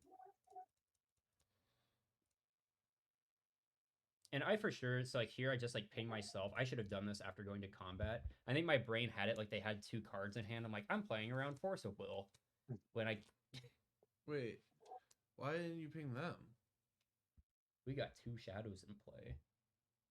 Oh, you're pinging trying himself to puts just 2 murder. lethal shadows in. I see. Yeah. So now they're forced to block, whereas before they could reasonably like not block Yeah, and then just pump patchwork and get you Kill on the those crackback. on that way. Yeah, exactly, Sage. So like Sage was saying, like, why didn't you do this like after attacks and they declare no blocks? I'm like, I don't know, I'm just being a fucking idiot, pretty much. But like it doesn't matter at that point. Like, all right, kind of like what we were talking about against Cradle. How are we seeing that we're winning? Because you're luckier than your big opponent. life loss. True. Fast. Go good. We've got more permanents than the fucking permanent base Oh deck. yeah, that's yeah. Yep, that's a great way to look at it. How many permanents does your opponent have versus you? The deck that wants to play a small game. If you're like matching their number of permanents when they're a deck that's playing like strictly to the board and very little on the stack, you are smashing that matchup. It is not particularly close. Like, this is just like a smashing position because they have like nothing to work with. Especially because this Mox Opals, I mean, just like all of this, just like kaput. Sweet, game 2. Powder keg. Powder keg. No, I just wanted to see it do something cool. I don't know if it does this match or not. I don't remember. I think this match was like a little bit more contentious. But like we can talk about the boarding here in just a sec. So we've got I cut the Dazes. Okay. Respectable. Ancient Tomb. Lotus Petal. Yeah. Mox Opal. This is just pretty bad. Urza Saga. Yeah. This card fucking sucks in this matchup. Stop getting fooled by Daze. The only time Daze is good is when they have a Koopa Scoopa Cannoneer. And like just Force of Will that one. Honestly, I probably should have brought in the Force Negations because of on the draw Chalice of the Void. But like the thing that like I normally do that, but the thing that deterred me is the fact that they're playing Patchwork Automaton. And so it's like maybe I actually do not bring in the Force Negations because I can't hit the Patchwork Automaton with Force Negation. Interesting. Been playing a tempo deck and they are deceivingly hard to play. Like every game I lose, I can pinpoint it to a specific misplace from like 4 turns before. Yes, I was like, agree. Yeah, the tempo decks are very hard, and like in the sense that it's just like your cards on average are low quality. Like Daze is a low quality card, right? It's not like playing a Grist. It's not like playing a Fiend Artisan. It's not like playing like a Shieldred. You've got to like juice the value out of these low quality cards as hard as possible. And if you miss your window of like getting any value out of these low quality cards, then you're fucked. Like the cards just will regularly be dead for the rest of the game. And then you're just like, now I have a dead card in hand and I just missed my window for this. And like the boarding for Daze decks in particular is actually tricky because there's normally an asterisk for every single board plan. A, are you on the player draw? And B, what are the vibes of the match? You know, how much are they playing into Wasteland? How much are they playing into Daze? How conservative are they playing? How can you punish them playing conservatively? Are they getting basics? What are they playing into versus what are they allowing you to do? You know, there's a big asterisk, and like you have to like get a feel for that. And like the biggest reason to win game one as a tempo deck isn't because you're just a hyperlinear combo deck that's trying to burger flip games 2 and 3. It's because you're trying to get a feel for how your opponent is playing. And also, I mean, like you're much higher odds to win a match if you've won game one in particular. Outside of that, but like for a tempo deck, it's how are they playing, and like how do I board, and how relevant is Days in Wasteland in this matchup? Yeah. Yep. Like after the Beanstalk decks, I feel like I get bailed out so often. I really feel like I can get bailed out after fucking up. Yeah, like I mean, especially like it starts with Delver, right? Delver's kind of a low skill floor, but like ridiculously high skill ceiling deck. There's a reason why like some of the best players play Delver decks. It's because they get to express their player knowledge and their game knowledge and their skill very well with a Delver deck, because they show you exactly what tempo is and how you can leverage these cards that are typically pretty poor, and they don't miss their windows for fully leveraging these cards. Shadow takes it a step further, where you're now a tempo deck where Daze is a synergy card with your premier threat, and you have these synergy pieces that have to work together in order to achieve a massive fucking threat, and it just gets hard. If you board out too many of these pieces, then your synergy falls apart and you're just playing a worse Delver deck. Why not play a Rug Bean deck? Tempo plus Beans is pretty dumb because you're spending 2 mana on a lot of things in a Days Wasteland deck instead of spending 1 mana on a lot of things in a Days Wasteland deck. Personally, I like killing combo as a tempo deck, and tempo decks are typically pretty well off against combo. And the more 2-drops you put in your Days Wasteland deck, the slower you are against combo, and the more likely they're just going to be like, fuck you, like, Dark Ritual, Doomsday, you're dead. Your 2 mana interaction doesn't matter against me. Yeah. Sorry, there's my No little worries. soapbox.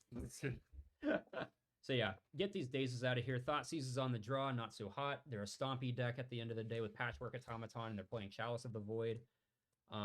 Powder Keg, Null Rod, Shieldred's Edict, 2 Fatal Pushes, shit like Brazen Borrower, Dress Down. Oh yeah.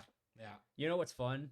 Clearing Constructs. Yeah. Yeah, We love it. You invest that 6 mana into like 16 power. I'm gonna invest 2 mana, clear all of it, and draw a fucking card after that. Get wrecked, nerd. Yeah, Dress Down pretty premium in these Saga matchups. Trimming the board state. Also, this hand is pretty gas. Like, this is a pretty good opener. As long as they don't have, like, I don't know, like super good Force of Will backup or like something like that for their turn 1 play. All right, shit out their hand. All right, so they can't Force of Will us. So we're probably... What are you pitching to this Force of Will? Jeez. I- Yeah, probably. I mean, probably the Murktide. I feel like Murktide, because hate Brainstorm does something Murktide. where it's like if you pitch Brainstorm, Murktide just now is just a blue card in your hand that you're forever away from We casting. have Bowmasters for now. Yeah, I think it's supposed to be Murktide too, but like I think it's defensible to say Brainstorm in case they rip a Chalice of the Void, and then you're just like super soft to that, or like Chalice is the last card in their hand. All right, Understandable. let's see what we do here. All right. Yeah, I guess here I'm just like super valuing the Murktide region as a threat eventually. But for some godforsaken reason, Acast is playing Flusterstorm, so I guess I just get got by that. Jeez. Sean, is that you doing the volume test on the bits again? It sure is. I love you. I actually did turn it down a little bit. So we draw another Murktide, so like super punished for not pitching the first Murktide, unfortunately. And they knew we drew this Murktide as a heads up. I was right, son of a bitch. Yeah, y'all were right. I was wrong. It's so Jover for me in this match. Surely I cannot win from this position, but You fucked it up. You fucked it. all right. Yeah, Parker, I'm gonna need you to go ahead True. and right click and hover over concede. Why I can't concede, this is bullshit. So they bobble me. They bobble me smartly, so then I can't Bowmaster kill the Emery, and they know it's on top. Realistically, I should have fetched here, but whatever. Here we are. So one thing of note, they did not play anything scary last turn. They could have played a Kappa Cannoneer. They could have played Thought Cast Effects. They could have played they could have found like a Patchwork Automaton. They could have found Chalice of the Void, Urza Saga, but none of that popped up. So we got like super fucking lucky here. Also, The of note bits that it are doesn't 4 actually times matter what you louder than pitch the to your rest of the brainstorm audio. or to your What Force of the Will. fuck? Yeah, I'll turn down the bits more. What was that, Sage? I said also of note, your 2 draw steps make it so it doesn't matter what you pitch to Force of Will, completely unpunished. So I guess like there is a world though where I actually have that brainstorm and I cast it the previous turn, and then I can start fueling this Murktide Region that I don't know. I still Region I withdraw. absolutely, I stand by like what I say. I think you should have pitched Murktide, but More bobbles. Yeah, I think so too. Also, bobbling me here is really big because that means on our upkeep during the draw trigger, we can actually answer this Emery. And like they would have to explicitly have Force of Will blue card. Actually, no, Force of Will. Yeah, they would have to explicitly have Force of Will in their hand for us to get punished by it. So here I kind of like end step brainstorming in order to try and find a Force of Will back. I was gonna ask if you end up brainstorming on the end step here because your man is all tied up next turn, and Yeah. at least one of these Murktides feels like stinky. Yeah, so they know about one of these cards because they bobbled us. So that's also another mistake that I made. In response to bobbling, because I knew I was going to brainstorm anyways, I should have brainstormed in response to the bobble. So then I would know what card they know about. Yeah. Yeah. So my mistake. This brainstorm, I should probably put back reanimate and reanimate. And a Murktide? Yeah, probably Murktide. I mean, the reanimate for sure. Probably. The second Murktide now feels good to pitch to Force because I want to cast Ponder later to kind of reload or look for something Maybe even different further down the Wasteland? road. I don't know. They have a lot of mana. That's good. That's good reasoning, Sage. Yeah, the Wasteland. also- the Wasteland checks Urza Saga, which is a Oh, card that we true. lose Yeah, to. yeah, yeah. It's also completely reasonable to like not shuffle the top card away if you want like all but one of these cards. No, so we were forced to shuffle because we're Oh yeah, they have that's the right. The bubble trigger on Bowmaster. upkeep. Yeah, That's and right. we need to Bowmasters. No, we have to fetch because we're gonna kill this Emery because Emery's otherwise gonna bury us in cards. I love dorm room internet. Same. Wait, no, I get good internet. Piss chillin'. So what do I say? I say Murktide Regent. No. No. No. No. No. Wow. So I do that because I'm just like and I think this was just like almost a game losing mistake because like in my brain I'm just like, yeah, I'm gonna cast this Murktide Regent with Wasteland and Underground Sea, and I can save this reanimate for a Force of Will Bowmasters. That's how that works. Okay. Or it's something. Sorry, it was something along the lines of like, oh wait, no, because I'm casting this Bowmasters, so if they Force of Will the Bowmasters, I can reanimate at the same turn. Sorry, that's where we're at. That's where we're at. And you know what the problem with that one is? I have a fucking Wasteland I'm playing for turn, and I'm tapping both of my color sources on my upkeep. Yeah. So I just like completely brain fart that one, and I realize it as I hit main 2. And now I don't have a fucking Murktide Regent. So I could have had a Murktide Regent in hand, pitch the other Murktide Regent, have this Bowmasters in play, and then drop a Murktide Regent next turn. But no, I'm a big fucking dummy. So like huge mistake here, for sure. They dismember that. This Which member? dude. Force it. Yeah. Yeah, so now I'm down a Murktide Regent instead. I could have had a fucking Orcish Bowmasters in play and a thingy in hand. It's a good thing we got this fatal push though. It's a Yes. good thing. Alright, why didn't I Wasteland? It's a Saga. Saga, and this counts for Revolt. Oh, neat. That's important. Parker's asking us questions Especially right like now. a teacher who's already shown us how to do Hey, something. wait a minute. Hey, wait a minute. You get to live the whole dream? I'm asking rhetorical questions. Oh yeah, we get to play out our entire hand. That's why I brainstormed the way I did. If we get, It all Yeah, it's this all is according to plan. calculated. my God. Fuck. True Sage. Oh yeah, we get to do it all. Hate it here. This is what that math degree got you, Parker. all Is look how worked good you out. are at calculating all this. Oh yeah, just the single. No, okay, I lied. Yeah. Oh, my mistake. I just wanted to push an extra damage. Psych. Slash trade with an insane threat. Psych. Sweet. Yeah. Honestly, though, I should like have a Murktide region in play right now. Something like that. Like that was absolutely a big fucking blunder.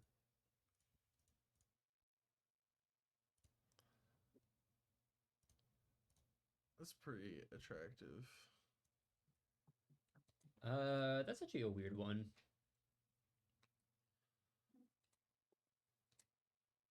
I think I'd shuffle this one. I mean, I could see a world where I'm supposed to... Or wait, no. I could see a world where you go Swamp, Troll, Wasteland. Or you could go Swamp, Wasteland, Troll, and then you can decide what to do. It leaves you with options. Yeah, because I like having the Wasteland available, just because like Saga seems like a way that they Looks like can you kind went of with turn this game options. around easily. Yeah, I agree, Sage. Saga's like a way you can lose this game. And like, yeah, going with Troll here just so like I have options if in case like the Wasteland isn't like what I need. Like if they drop like a Kappa Cannoneer or something, or like another Emery, or not, Emery doesn't matter. So it's basically Kappa Cannoneer that I'm worried about. Then I can just be like, oh, this Wasteland doesn't matter. I'm gonna go cycle and shuffle those away. So that's why I kept the Troll instead of the Wasteland there, just in case. Because the Wasteland locks you into a line where Troll keeps you flexible. Now we can just keep hitting them for 3. Doing the tempo deck 3 thing of just like 3 you. And they're off it. They're off it. Get them out. I mean, I think it's an early concession, but alas, I mean, because I think you take 2 more draw steps towards Kappa Cannoneer. Yeah, because I mean, I guess you did play the Wasteland, so that kind of eliminates Saga, but like pre-Wasteland, like Saga and Kappa were both like live draws to kind of come back in this game. Yeah, I agree with that. So like, yeah, the Wasteland checking the Saga top deck, and then like we just need to like make sure that we cycle on end step in that game so that we don't draw the stinky basic swamp, and then we just have like we could try and find Dress Down for to pair with the Dismember to kill a Kappa Cannoneer, kind of thing. So then it's just like okay, I see where things can go. Later, Sean. Bye, Bye, Sean. Sean. Doom was probably double queuing Pio Challenge or something at this point. So early concessions track. Yeah, so he's probably like saving the mental for Pio, which I think I went and looked at his VOD for our match, and like it was definitely that. All right, we're gonna take a little 5-minute break, get some water, and just stretch for a bit. But otherwise, we'll get into round 5. And I think round 5 was actually... Oh, it was round 6 was actually a really difficult match. It was against Burn. Ooh. Stay tuned. Wow, that's interesting. Yeah, I'm gonna pull up the replay and then just let people stew over the opening hand while we go get water and shit. All right, there's the opening gripper. We're on the play. See you soon. We'll be back. Cool.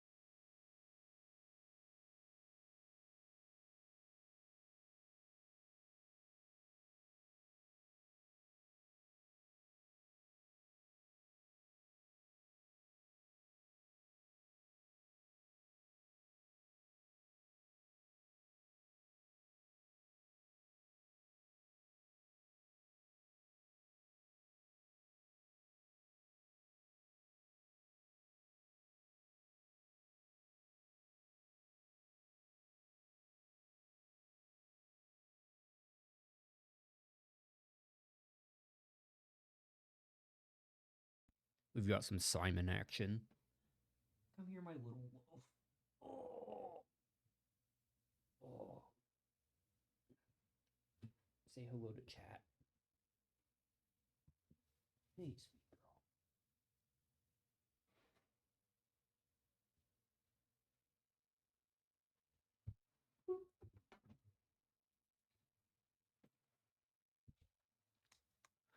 All right, what do we got?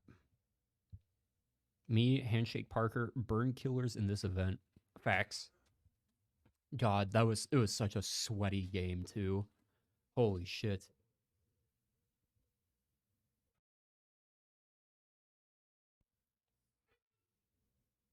Simon!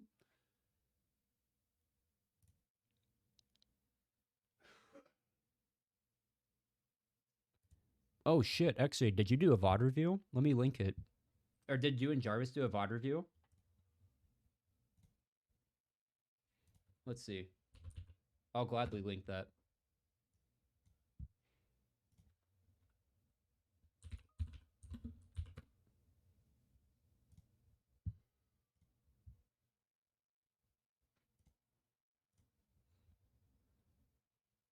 So damn big brain and it hurts. Yeah, that one does not seem easy. Oh, hell yeah. Okay. Let's get this one pinned. Waffle, if you're still around, could you pin this? Oh, wait, I can just fucking do it. Oh, we're so good. I'm just pinning I'm back. Jarvis's and hey Sage, I'm just pinning Jarvis's and XJ's VOD review that they did hell together. Yeah. Yeah, it's Much kinda love for sick. those two. Strong agreement. Yeah. I want to watch this now. I'm really curious because this, I mean, the top 4 run with Red White Initiative, the deck just see like on paper, you're just like, how does this deck like compete in a reanimate like grief meta? And then you play it and you're just like, Jesus Christ, this deck is fucked up. God, I loved playing this deck. All right. So, no idea what opponent's on. We've got basic swamp in hand, which is like the sad thing. Like the downside of playing basics. I'm imagining a world where this is like a flooded strand, and then I'm just like pissing and shitting in excitement. But then I don't have basic swamp for like Blood Moon and like Days deck. Otherwise, I think this is a very, very good hand. Yep. Yep. Seems pretty strong to me. I think I'm pretty comfortable with like fetching and shocking in the blind, especially in game 1 while I have a Death Shadow in hand. And if I get wastelanded, well, fuck. But I'm gonna be digging for a second blue source anyways. Yeah, and then you tell yourself, what's the worst that can happen? I get punished because they're playing burn. Fucking right. And then they're playing burn. Mola 6 is really good for us as the interactive deck. Every time someone mulligans when I'm keeping a 7 on Death Shadow, I'm just like, oh, this game's like 80%, it feels like. Back before the days of Sultai Urza and Oko disaster, but still. What? I mean, that period of like modern was just like awful, where we go from like Faithless looting decks into like Phoenix Hogak. Well, I guess Faithless looting decks, but like still even before that, into like Warza, into Oko, into Field of the Dead sludge pile. For like a year and a half, we're just like suffering of just like the worst Magic you've probably ever played in your life. But the hardest part about Initiative is when to Scry or go for Forts from my experience playing it. Kinda. This is a great ponder. Bowmasters looks great with this hand. We have 2 land drops lined up there. I think I'm okay with just like drawing the land first. I ordered it like that in case they thought seize me, so they don't take my Bowmasters. Even though not many people play hand disruption, I guess. Scam. I lied.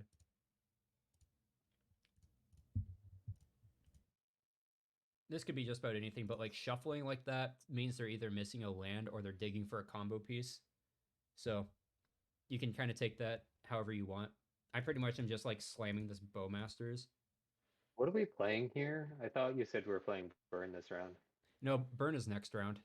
Oh, what are we playing against this round? Good. So we don't know yet, but like the cheater spoiler is that it's cephalid breakfast, but like in this position, I don't know what I'm playing against. So, but like the tipping or the tip that I'm getting here, they shuffle the ponder, which means which means two things are highly likely. They're either digging for a second land or they're digging for a combo piece.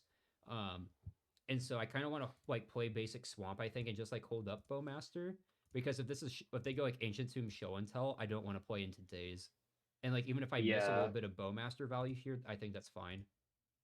Also, I mean, I would definitely put them on some type of combo deck because I don't think there's very many like Stoneforge. fair blue decks in the format right now that fetch basic Island Ponder on turn one in the blind. Yeah, I agree. I also agree. Yeah, whatever Sage said. Whatever Sage said. Chose to play Scales in the event. Scales didn't care about GAC, and I felt good playing against Jund and was just hoping to dodge blue-white control. Took a wild-ass guess as to what my my round one was.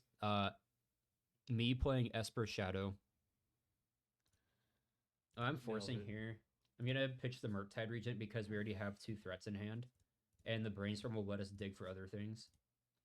Also, the Brainstorm fixes this fetch top deck or this troll top deck.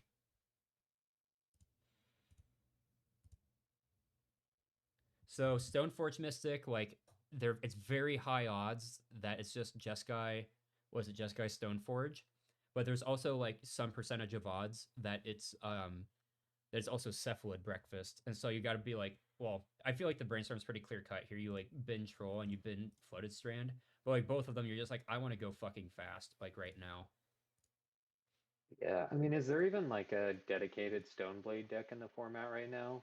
I mean, outside of people just like randomly jamming it, no. Hmm. I think I probably should have played Voidwalker there because it's really easy for them to like if it is cephalid breakfast, which we know it is, but like if it is, it's like 20%. Like if they just went like Nomad's Illusionist, I just die here. So I probably should have just said like fuck it, like play Voidwalker. And the fact that I didn't just like straight out die there is pretty big. But now we know for sure that it's cephalid breakfast because they played an Urza Saga. I mean, unless it's like literal Marcus Ewald's Jeskai control list from preloader, then this is cephalid breakfast.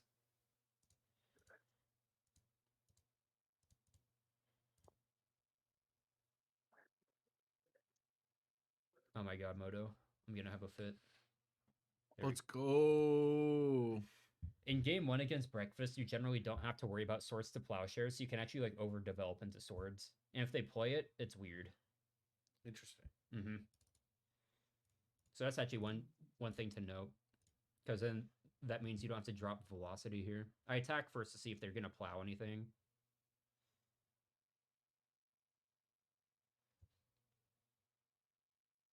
Good job, Moto. Good shit, Moto. Let's go. So now they need to have Oracle in hand. They need to have Oracle in hand in combo pieces, which is asking for a lot. Especially when they have Basic Plains Saga as their lands. Alright, now they have a Tundra. But, like, still applies here. They kicked an Orm's Chant, so I can't attack this turn. Holy shit. I probably should have played this other Death Shadow out, but I think I was just like, don't want to play into the Source of Plowshares I'm already playing into. I don't know You why. wouldn't be able to play it either because Orm's Chant, you can't cast spells. Oh, that's why. You are very right, bestie. Yeah, okay, Yeah, so I know about that part all too well. this Voidwalker is kind of just like holding the fort here. Yeah, at the moment. Yeah, it's basically just saying I'm an MH2 card and your deck doesn't work.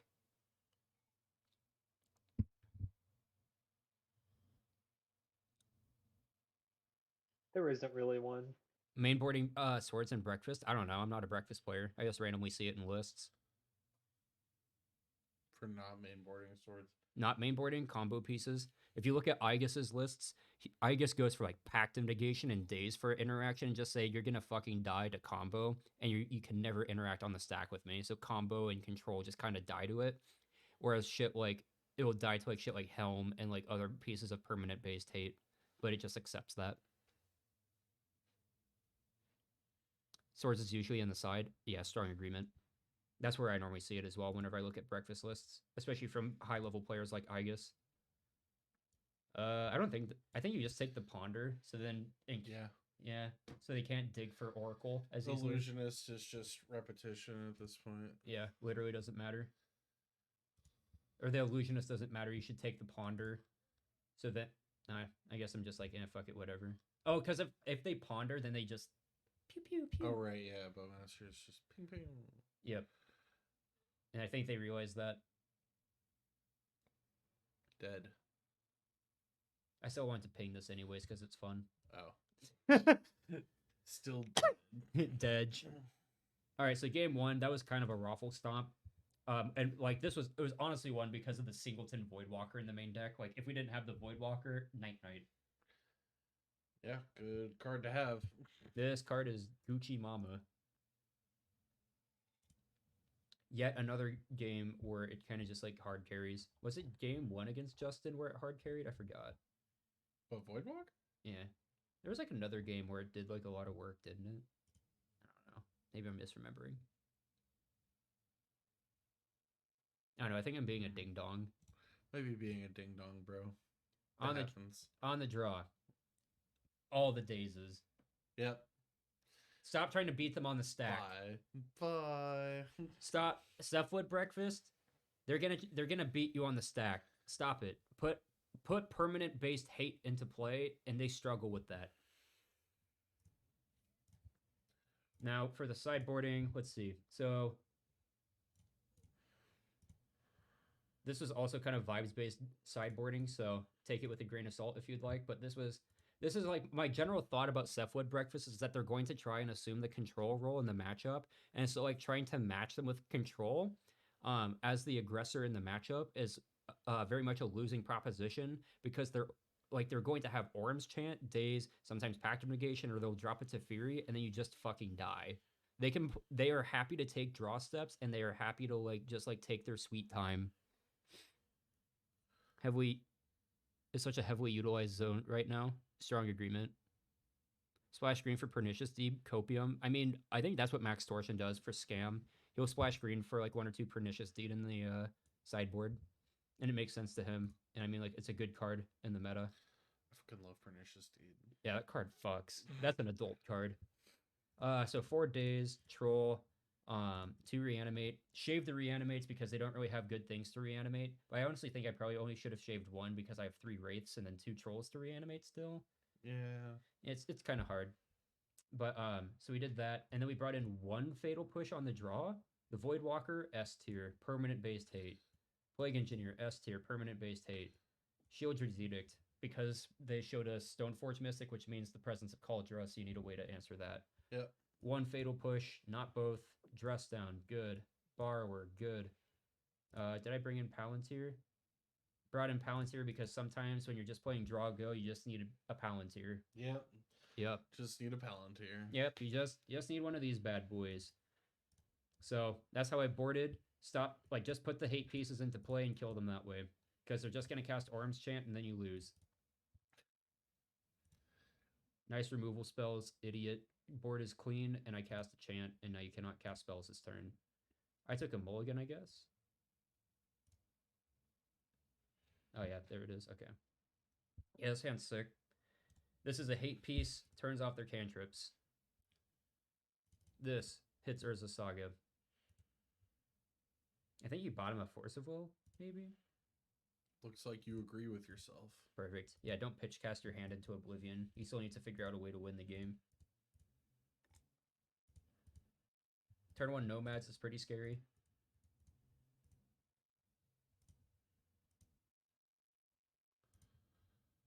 I cycle to see if I'm supposed to. So like I cycle there. I know I cycle there to see if I can, am I supposed to wasteland or not? Is kind of like the big question here. And I think like the answer, because I cycled, is no, I don't have to. And like realistically, I can play this polluted delta and say go. And if they go illusionist, I can force of will and then not play into days. So you don't have to cast ponder here. or is what I'm trying to get at. When I will be at Mox F&M this week, you bet your sorry bottom. Fuck yeah, bud. The vibes are immaculate. Vibes at Mox F&M are fucking phenomenal. Also, bring this build of Shadow so we can play in the mirror. You're getting learned how to play the deck, and I'm showing you like 7 or 8 unique matchups.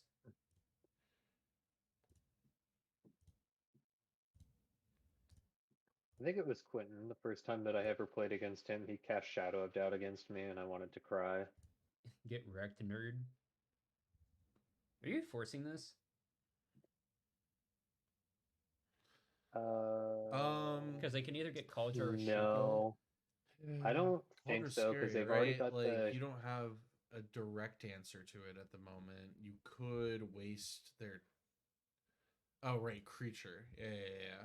I I don't know if I care that. I as yeah, I think you much. let it go I don't because know. like That's tough. they already have a Shuko in play essentially, and then you've got Edict for Cauldron. Like, If they go get a Shuko, though, then they have 2 layers of redundancy. Yeah. they won't have it. Well, They don't have it.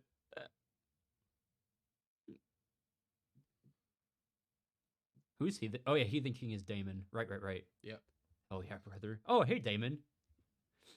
I was like rattling my brain. I'm like, I've seen your name somewhere. Where have I seen your name? Several times, actually. I know. I was like racking my brain. I'm like, oh, it's fucking Damon. Nice. Yeah. So let's see what past Parker said. Parker didn't care either. Let's go. Yeah, you get that Kaldra. I think a second Shuko is kind of better, maybe, to overload my answers, but alas, here we are. And then, like, I Yeah, think, but at the same time, like you're just kind of at this point, if they grab Shuko, you're just priced into fighting over the Illusionist regardless because they've already got the Nomad in place. So I don't think it. The more I'm Quinn, thinking I'll be about it, playing you're Glimpse just of let it Nature go. on Friday. sure, that makes sense to me, Sage. So why didn't I bowmass through the Nomads there? Because You're smarter you don't than need me, to that's right why. now. It's also got an Also- activated ability. Yeah, also Oh, because you yeah. can. Yeah, Sage is getting it. Yeah. If you try and ping this, you punt. Nice removal spell, ding dong. It's okay. I doubt your opponent sees the line of put in Cauldron in play. Never mind. You want to take 6? Or do you want to take 1? Take 6. Fuck it. You disagree. Yeah, I disagree. Just because I don't know what kind of hand this is yet. Because if it's a Murktide, if we end up drawing a Murktide, then you're just like, ah, farts, beans. And we also have we're representing 13, and they're like happy to attack us with the Nomads. So if they're happy to attack us with Nomads, and we're gonna go to 13 anyways, then it's like, oh, might as well preserve the life total. So like kind of the tell there for like taking 1 versus 6 was like if they're happy to attack with the Nomads or not.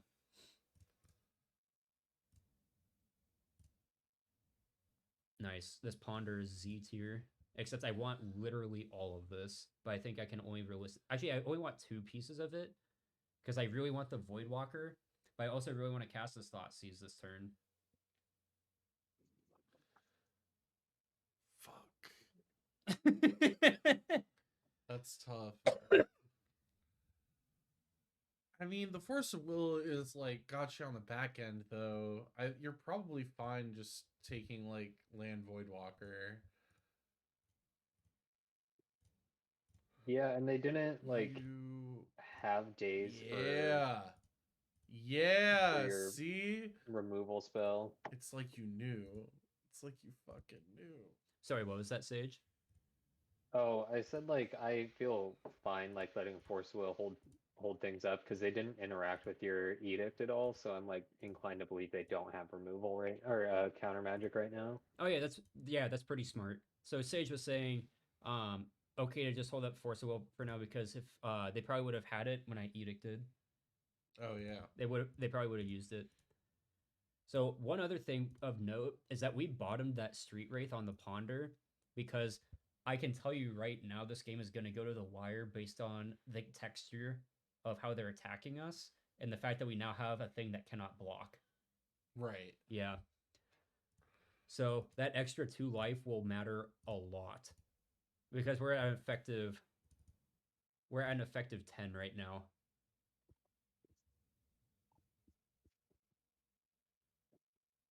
And yeah, I pitched the dress down there. I know it's a sideboard card because we have 2 lands in play and we're not guaranteed the next land.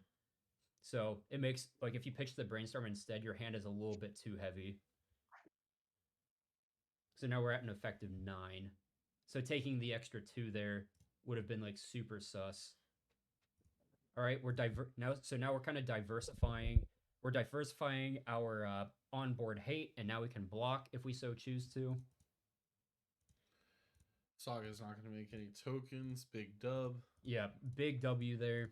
We now get to turn off the combo, so we're pretty happy there.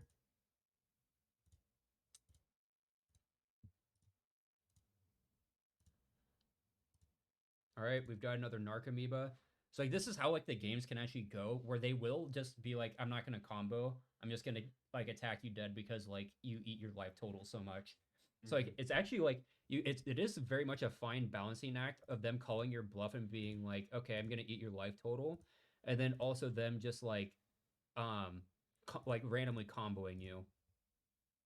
This is actually a very important block here. Are you supposed to block with anything? So you go to 6. If you block the nomads on core, the damage gets redirected.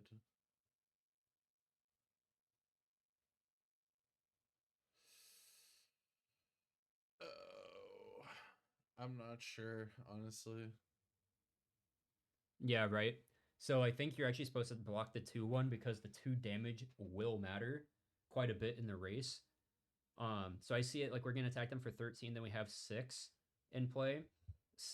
Then they hit us to 6 next turn, then we hit them to 7. They can hit us to 3, we hit them to 1, and then we need like a Bowmaster or like one other blocker or a removal spell. Or sorry, they can the Narcomoeba changes the math a little bit. But basically, like I think you need to actually block the 2 damage here. I think the 2 damage matters quite a bit. But I think this Bowmaster in play is actually like very important. If you double block, then you're like really sad and you unlock the cantrips that are probably just sitting in their hand.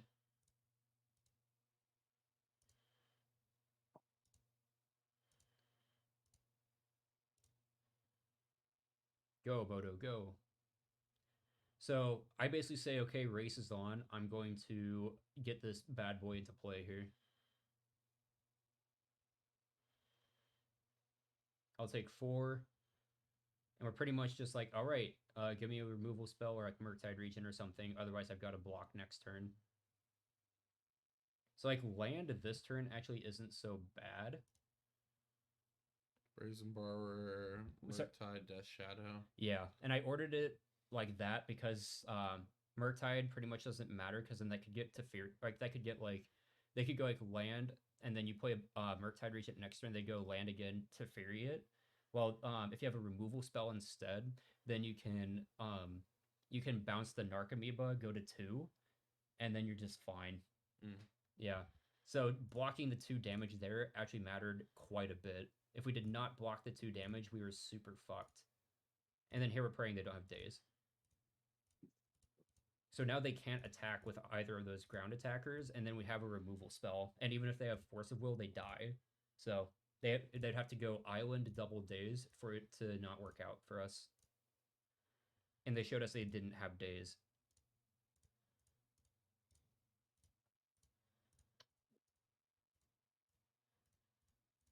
So, yeah, the 2 major decision points, like 2 major or very major decision points this game were 1, not keeping that Street Wraith from the Ponder and accepting that like we're actually not going to need it to cycle or to win this game, and then 2 was the 2 damage block on Huge. this. Yeah. Because otherwise, if we took 2 more damage this game, we're fucked.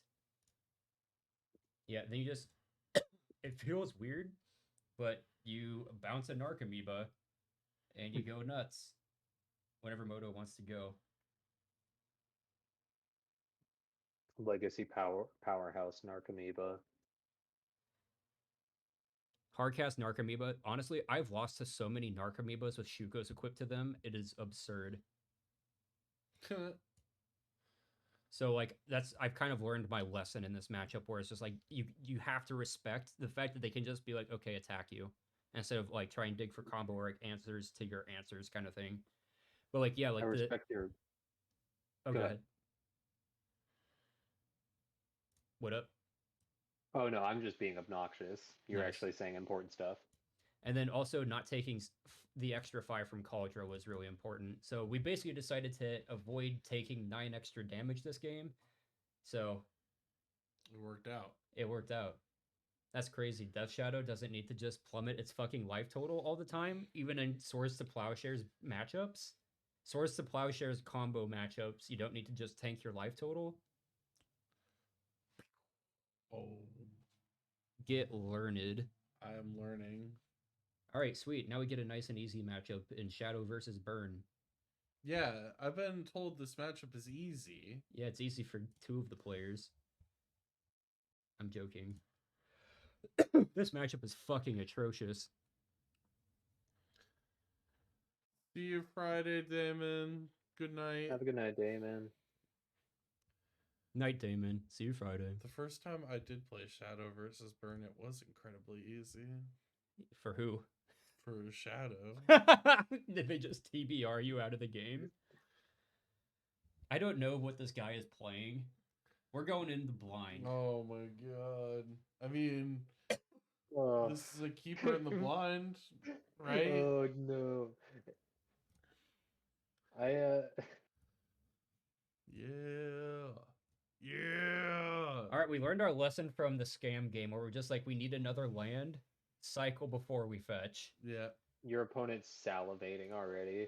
I know, they're just like shitting their pants. They're like, for free?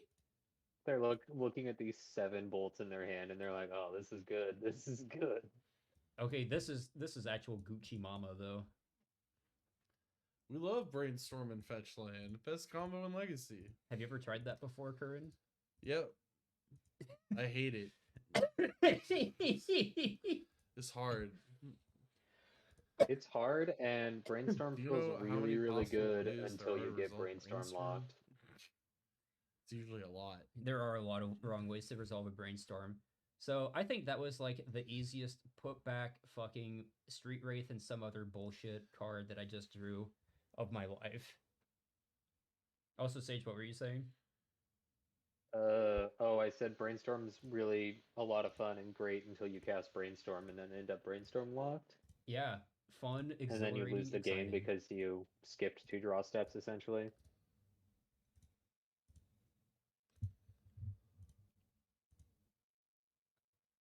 Swift Spear. Get me. Ouch. Bolt me. Hit him hard. Hey, wait a minute. Counter magic. That's cheating. They still bolted me anyways, honestly, with the fucking fetch. Oh yeah, okay, so another Daze is fine. Like, Daze is like actually a very critical card in this matchup. Hey, why didn't you shock there? Aren't you supposed to deal lots of damage to yourself? God, you're so right. Why didn't I just think about that this entire time? Silly me. You couldn't possibly lose to anything. There is nothing in their deck that I could ever fucking lose to. Well, yeah, you have Dave's Force of Will up. Like, how can you even lose? Where's that chain lightning pointed? Oh, come on, fella. Be cool. Not even attacking for 2. Oh, great. Best card. So I got a basic there because of Price of Progress. Price of Progress, baby. That card is so real. Yep, I can't be making too much progress now. I will pay the price for too much progress. And now I'm kind of just like, I'm probably dead this game. God. Oh yeah, I'm like super fucking dead, aren't I? Play into Daze. God damn it. They're playing good. They're playing good. Man, I love being about 3 Bowmasters that seconds behind, ass. so I have Hell no idea what's going yeah. on. Did you say word sage? Yeah, I said I love being about 3 seconds behind, so I hear you and Kern reacting to stuff, and I have no clue what's happening.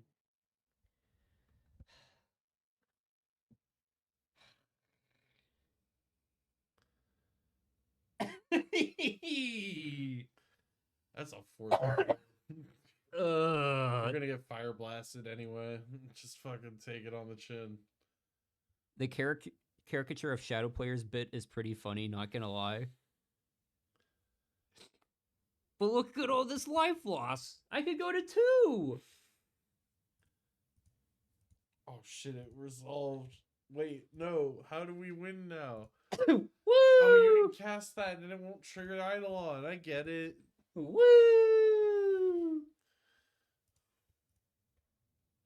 I'm just like, please do not have Fire Blast, I guess. Or anything at all. Literally have nothing. Kern, you have experience with kind of just burn not treating you well, right? Kurt, You're you gonna have, having just go into nothing. bull range here? Kurt, you have experience with like Burn not treating you well, right? Yeah, Okay, it could happen. that's all Sage said. Oh. Fuck you, Sage. So now I'm just like, I'm dead.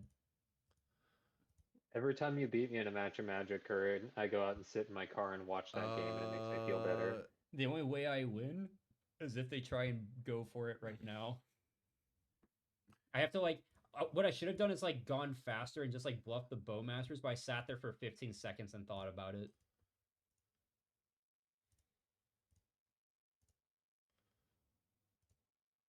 God. Yeah, so now I'm like super fucking dead.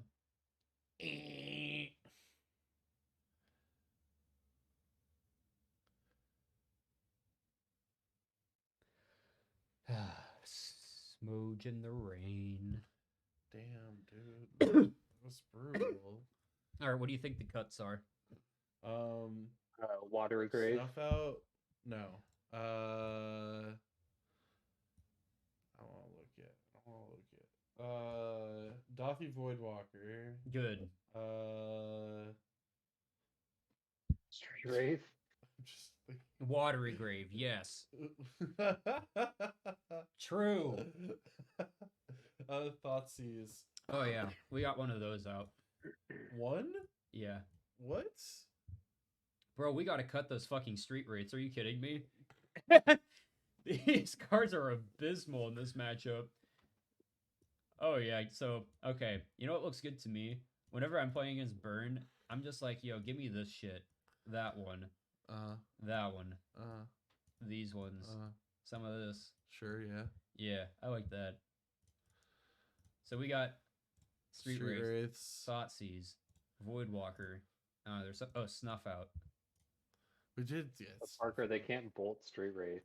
Makes sense. It's a 3/4. Sage said that they can't bolt Street Wraith, and I don't believe them. Because they can It's a definitely 3/4. target Street Wraith. They definitely can. Yes. That's a legal target.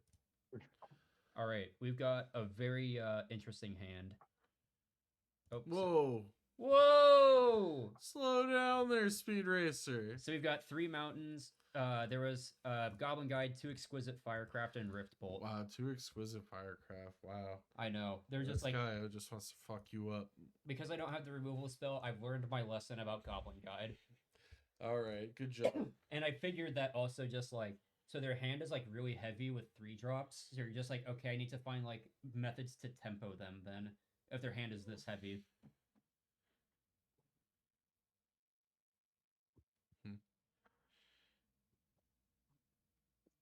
Oh, you know what? Feel free to add quotes if you want. That'd be funny. Alright, so yeah, that's kind of my idea though. Like, just take the Goblin Guide, especially because there's no removal. And then we're gonna have to find avenues to tempo them. So, Quote is required. you know what I'm thinking? Hmm. Goblin Guide. Mine. You want to take their Goblin Guide? Yeah. Alright, get it. Alright. I'm down. Put back a Reanimate and the Ponder, because we already have a Brainstorm in hand. We're hitting them for 2. Ping! I don't know. It's Parker's stream. Yay, now they draw they draw a mountain towards the good cards. Thankfully. Thank you, Goblin Guide. Thank Alright. you, Goblin God, for your service. Alright, they hit my face. Oh yeah, that one's not sticking around. Fuck no.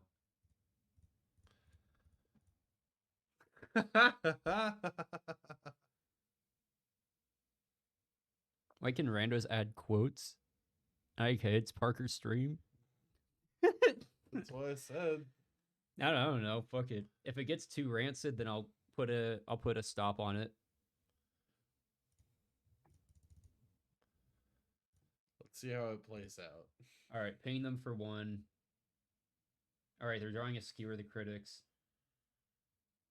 So they played 2 mountains. They skewer me? You'll get skewered. I got skewed, so we know their hand is all of that. So I pretty much need to rip something very fucking good.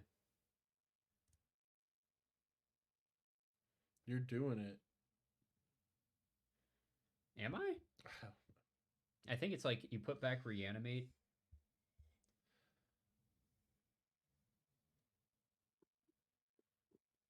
And I don't know, some other card. Reanimate and ponder, I guess, and then you can draw the ponder and figure out what to do next turn. Okay, I kind of buy that.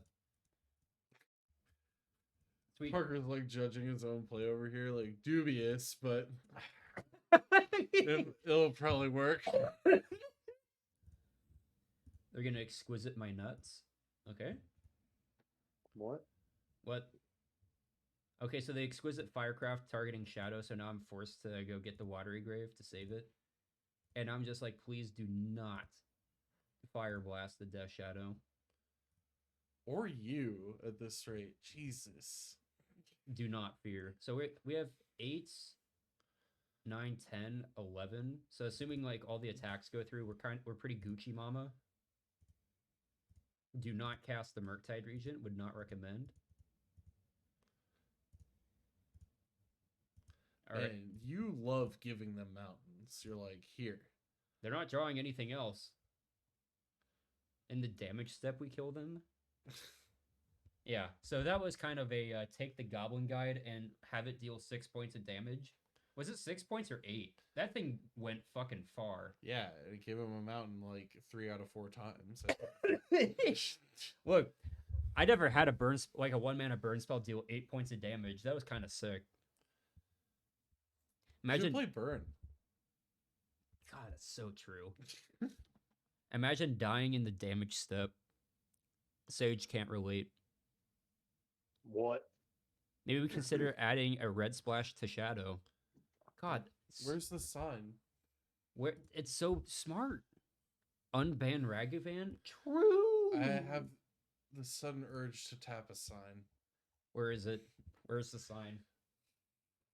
Anybody Parker, seen next it? year for your birthday, I think I'm gonna get your sign printed off and framed for you. Yes.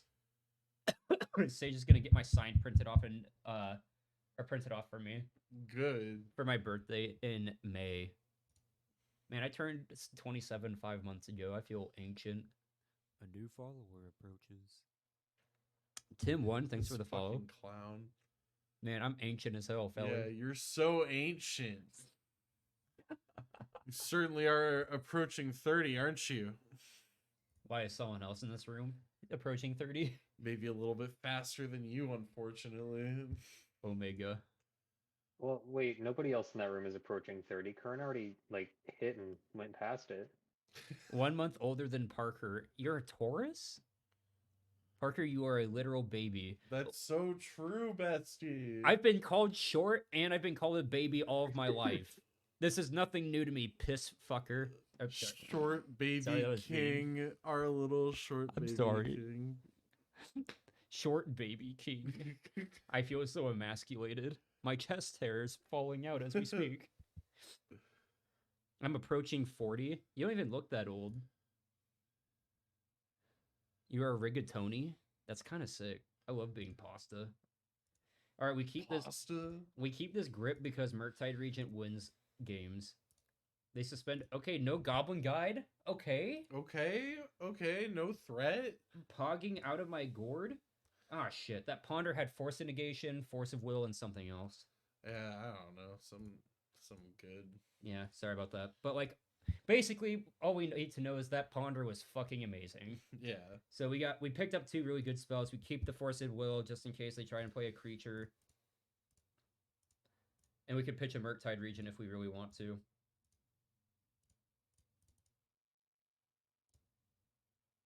No, because we have this Ponder that we really want to cast eventually.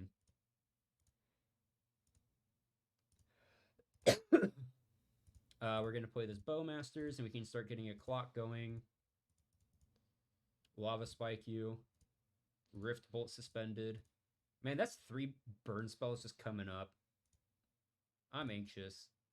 I actually thought about getting the Swamp there, but that would have been a royal fuck up because it would have fucked the next turn where you want to go Ponder to make a bigger Murktide and to cast Murktide. It plays a little bit more into Price of Progress, but like at least like you get to maintain your tempo, which is really important.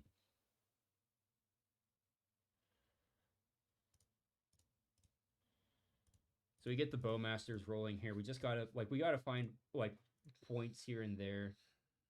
Dress down doesn't matter with this hand.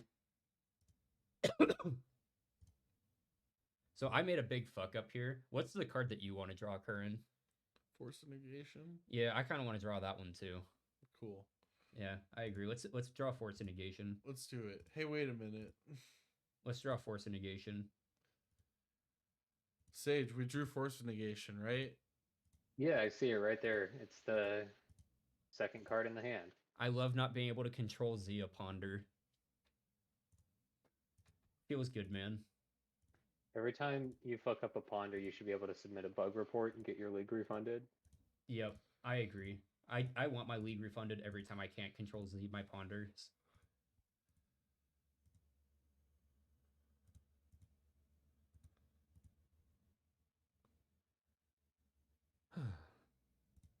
All right. I'm at a nice precarious 2 burn spell life total. Totally fine. Okay, now you're at like I probably should have forced a negation that because this does not play well into Exquisite Firecraft. Yeah, Firecraft is just a kill, right? But our deck is bailing us out. Deck good? Deck good? Yeah, no. Firecraft would be fucking disastrous. But, like, I'm imagining, like, we have 2 Force of Negations, Dress Down and Force of Will in hand. Like, we just start hard casting these Force of Negations right now. And then we're just so happy. So you actually have to counter this one, unfortunately. They're coming for you. Using up our mana. So cancel. Looking great here. Buys us another turn. Daze isn't bad at all. It plays around Price of Progress, or it beats Price of Progress. We basically need them to not top deck fucking Exquisite Firecraft, and then we're just like chilling. So you have to Force of Will this one as well, because you can't go to 1 with a Force of Will in hand. Yeah. I'm imagining a world where I could control Zia Ponder so hard right now. I'm like picturing a world where I'm able to control Z Ponder, and I'm like, my tournament life is on the line right now. Can I please control Z that Ponder? I want that second Force of Negation. We're playing, baby. Come on. What would it be good here? There it is. Oh, the scoop. Imagine needing to control Z or Ponder. Not even close. Ooh. Heart. My heart. Recent onboard saga somewhat recently. God, that blows. Oh, what a match. Yeah, so that one kind of made my asshole clench. 5-1 bracket, and then I get like the really depressing game against my least favorite matchup. Sage, how have you felt about these games so far? Have I been playing perfectly as you think I do? Yes. I don't believe you. Actually, a lot of the times that you've like been like, "Oh, I fucked this up." I'm sitting there watching, and I'm like, "Yes, your plays make sense. Keep doing this, Parker." And then you tell us how you're such an idiot and you almost threw the match. Yeah. No, like just like being a big fucking ding dong. Today Is is the first time that I've ever realized that Shadow is not a just put the Shadow into play deck. Never realized that before. that's crazy. Never had anyone explain that to me. Man, if you're playing a deck with 4 of its namesake card, that means you're gonna draw it in every single fucking game. Yeah, exactly. Why else would you play 4 of them? True. Is it lands? Lands is my least favorite. Oh, it is indeed lands. Hooray! Woo! Lands. Like I just like being a playing against big lands. fucking ding dong. That is a good quote. That's how scam works. Sorry, in what way? You always have grief. Facts. And the reanimate every time. And You- the days. You always hit the 14%er of having grief scam. You always have it. Yes, I know they're on lands because they're a lands grinder. That first hand wasn't really serviceable. This one's fine. It's like whatever. I'll deal with it.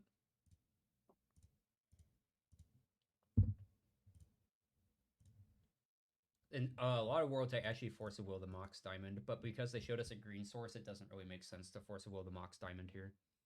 The next card that you want to force will is either crop rotation or exploration. Exploration, especially if they show you loam. You like that? So that's a really strong start from them.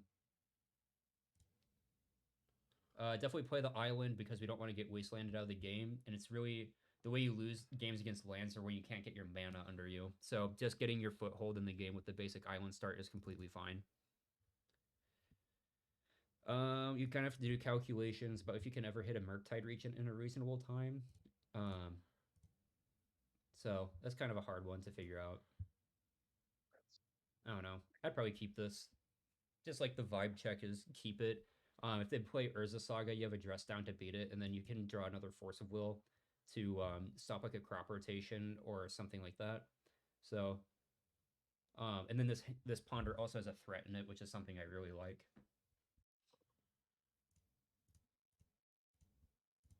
Probably should have. I absolutely should have stacked that with the Force of Will on top. That was a ding dong maneuver right there.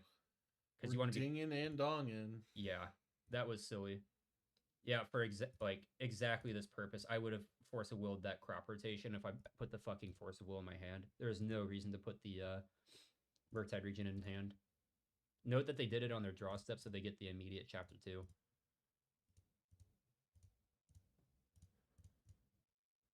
So now I have to play Wasteland so that I can maintain double blue. Yeah, I don't know why I put the Force of Will so far down. That was a huge mistake. That was a pretty all-in line by your opponent, though. Yeah, I agree. I mean, they really want to go get Expedition map, though. Like, I get it. They want to get it online as soon as possible.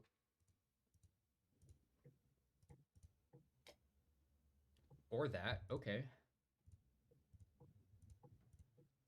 Like, this buys us time. I took 4. Oh, yeah. I took 4 because otherwise it's going to be really... If I draw a shadow, it's really hard to... It'll be a lot harder to get to the threshold life total, so I think it's okay to take 4 there. And now you have to force will this exploration because they have life from the loam. If you don't do that, you just immediately die, pretty much.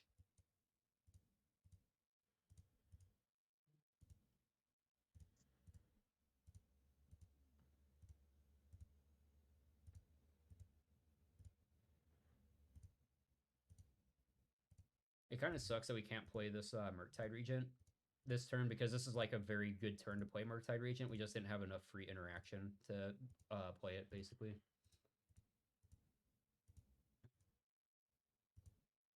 Yeah. That's okay. It's possible there's a world where I'm supposed to get Watery Grave, but it's okay. As long as they don't pop this lantern, we're in a very Gucci spot.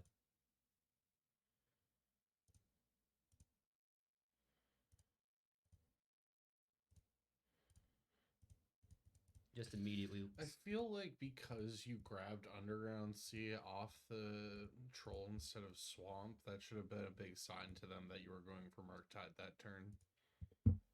That's actually a good observation. I agree. Like, because, yeah, otherwise you're grabbing basic Swamp and just playing around the Loam thing. Yeah. So I think if they did that, then like this game is pretty much like there's no shot I'm ever winning it. As someone who's trying to get into Legacy, I built Abzan Maverick since I had the cards from EDH. How best to learn the format? Oh, okay. Yo, you came to the right place. So, real quick chat, I'm gonna take a quick detour. So currently, I'm glad you asked. I'm currently making a spreadsheet full of legacy content creators right now.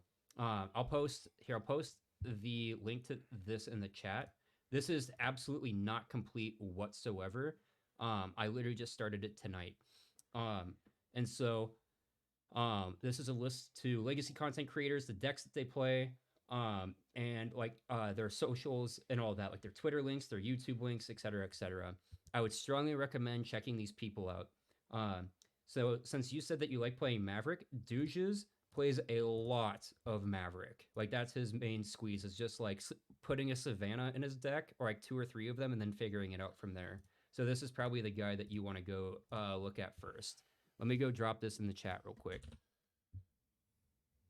Let me make sure it's like the actual like link that says share and it's viewer only.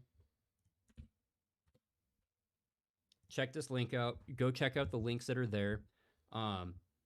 So the best way to learn Legacy, watch people play it, see what people have to say, and then absolutely play. You get some reps in yourself and all that. It's very much like learning any other Magic format. It's just a little bit harder since the resources I know can be a little bit more scarce.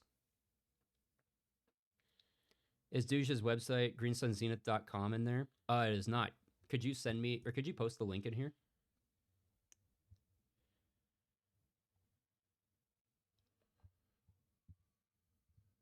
Sorry, post it in chat. I have it so it's viewer only for this. But yeah, so check these links out. These are great content creators, and the list will get longer as I get more people that send me their stuff. Perfect. Yeah, also check that one out. A bit like Modern, where after 1 or 2 turns, you kind of figure out what they're on. You will regularly figure out what someone is on turn 1. It is very normal to know that. Most lists are kind of stocked. For the most part, yes, but there's a lot of innovation and Legacy, and the format is very open right now. Modern feels like very much like a 4 or 5 deck format. Does that kind of sound about right? Yeah, something like that. It feels like the hyper competitive decks that you can reasonably expect to top 8 an event. There's about 5, maybe 5 or 6 of them. In Legacy, there's about 25 different decks that can top 8 an event. There's about 25 of them could easily top 8 an event. And there's each of those decks, they might have very similar cards, but they are going to play out very differently from one another. Legacy is a format this is a format where you go and practice your micro and your micro, your 3+ turn game plan. This is where you practice exactly how all the phases work and what every passive priority means from your opponent. Because it takes one tiny slip up in Legacy to just lose an entire game. It's very easy to fuck up a winning game just because you made a small tiny mistake. It's a game, or it's a format that rewards you for playing as tight as humanly possible. And sometimes, like, there's going to be hands where it's just like someone puts Crystal Brand into play on turn 1 and you couldn't do anything about it. And there's going to be hands that like have 3 layers of interaction for that and don't let it happen. So, and that's just how it goes. But yeah. Jarvis stream is usually early afternoon, evening EST. Oh yeah, good call. I love his content too. He's very good people. It is a big hill, but there is a very, like, the community around Legacy is very good. And if you talk to people and you ask people and you just start like shaking hands and whatnot, a lot of people are just happy that you're here trying to learn it and you're playing it with us. Do not if you lose a lot, don't get discouraged. It's normal. The the learning ceiling for this format is high, and the curve is a little steep because it's just very difficult, you know. The point is to have fun games of Magic. Like honestly, like when I was starting, I did no research. The internet didn't really like have a lot of tools or anything. I just played the cards in a deck list that I liked, and I just started playing, and I'm losing a lot and learning a lot, and then that's just how it goes. Like just play. Just play the format, have fun with it. It's high powered, it's super cool. There's so many different things you can do, and like don't even worry about like all this necessarily, you know? Like you don't even need to really delve into this to begin with. Just go to your locals, play the deck that you want to play, and have fun with it. Yep, agreed. Most decks in Legacy can top 8 an event if there's some density of Legacy cards that are in the deck. It's mostly predominantly about player skill.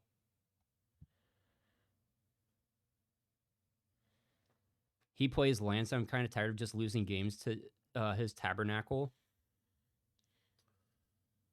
Yeah, like lands is pretty predatory on creature-based strategies overall, and you're one of those, so it's going to be a tough uphill battle. You'll want to play against shit like me, where I'm like a tempo-based strategy. But even then, it's still going to be a tense match. Maverick's a little bit of an uphill deck since it's so fair, and it doesn't really do much cheating. But it does get to do very powerful things. There's a guy at RFNM who regularly has been 4-0ing it with Maverick because he's just a smart and good player with the deck.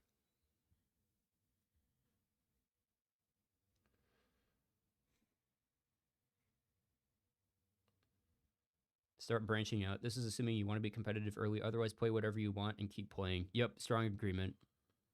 Digging in and seeing if there's stores in the area that run Legacy. Alternatively, find some folks to build a proxy gauntlet with and jam some games of anything versus anything. Yep. The format is very rich and deep. Again, there's probably about 25 decks that could easily top 8 an event. Sure, they share a lot of similar cards, but like the play styles of the decks are very different. This is where I think this is a format where you learn to become like a very like tight, you play very tightly, and you understand what it means when someone passes priority and what information they're giving away. Anyways, let's get back to this. So we're pretty fucked, I think. Good cutaway. Thanks, I thought of it myself. God, dude, if they don't play the sphere, this is just like a great like brainstorm, like brainstorm shuffle watery grave, play Death Shadow like turn, but they play a fucking sphere, and I'm like, I'm just gonna cry. Don't cry, Parker. Hit him for 5. We got to start the clock. Hit him for 5. I probably should just like. I should honestly probably just like go get a watery grave and jam this shadow. Gruelstrunk, I would highly recommend looking into maybe like a red stompy, like moon stompy deck if that's what your poison is. If you're into like the Ponza style thing, blood mooning people, chalicing people, and transferring people on turn 1 is kind of ridiculous. Also look at Boros Initiative, for sure. So that brainstorm, I put back Death Shadow. I put back a Death Shadow and a Ponder. I kept this Daze in case they try and keep loaming with a sphere in play, and so Daze helps mitigate that a little bit. Now we go get the basic swamp. Goddamn fucking sphere resistance. I'm so sad. Man, like this hand like looks like these past 2 turns look so good for us if we honestly just didn't have that sphere in play. But like I think there's also a line where it's again like supposed to cycle, play a watery grave, let them have a construct, even if it's a 4/4. But I don't know. I felt like I could probably maybe tempo them out with this. Yeah, now these Bowmasters are just super dead. Ugh. Just frustrating. The perfect mana denial doesn't exist. So now I think they skip making a construct so they can go get an expedition map to go find Mazavith. And then, like, I think we're pretty much dead here. Like, it's very unfortunate. Just draw Wasteland. Now I'm really wishing I had this Ponder. Even if it costs 2 mana, at least it can like go and try and find a Wasteland. This is, I think, the big mistake though, is right here, was taking this extra 5. And like, just keep that in mind for the next like 9 turns. So I probably didn't need to take that 5.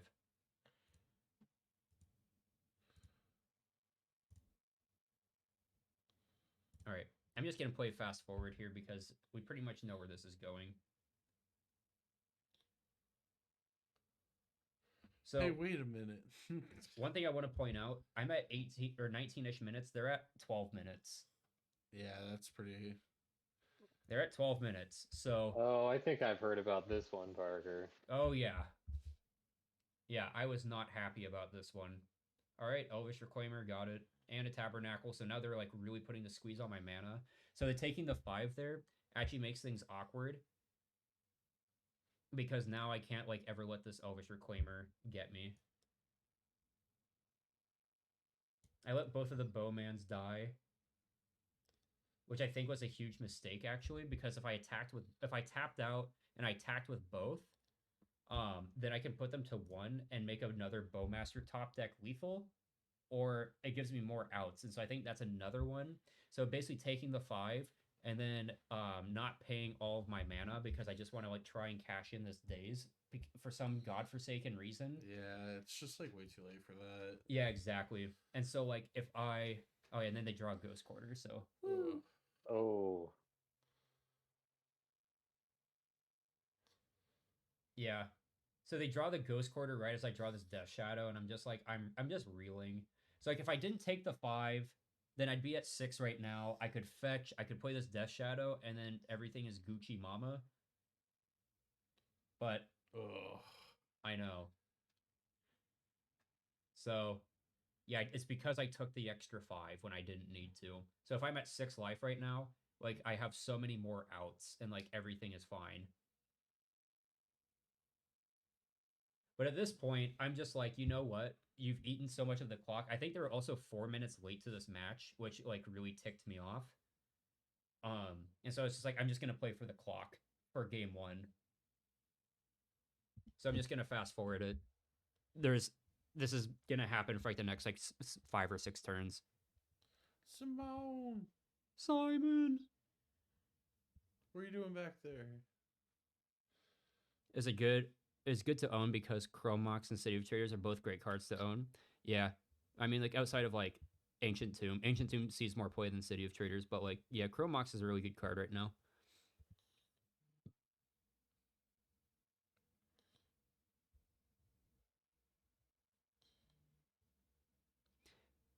You don't like at least one Grief MD cut at 1 days for this change?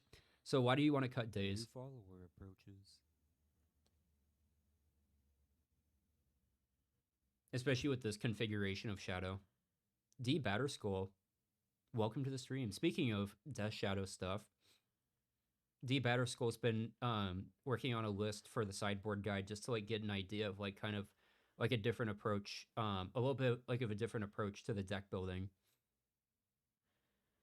because they are really like taking their time with this. Yeah, they are I feel just like they could have killed you so. Oh no, because I guess Mazavith untaps Murktide, so they couldn't have just swung in with Reclaimer and killed you. yeah, exactly. But I mean, like, they're just That's going through like all the triggers and everything so slowly, and I'm just like fucking kill, like literally loam back. Just all you have to do is loam back the Ghost Quarter, and I die.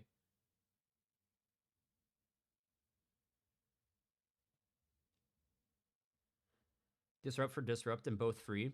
They're not both free though. One of them costs you 2 cards. The other costs you a an island, and that's it. And is also played at instant speed. And it's also a blue card for your force of or your blue count or for your force of will count.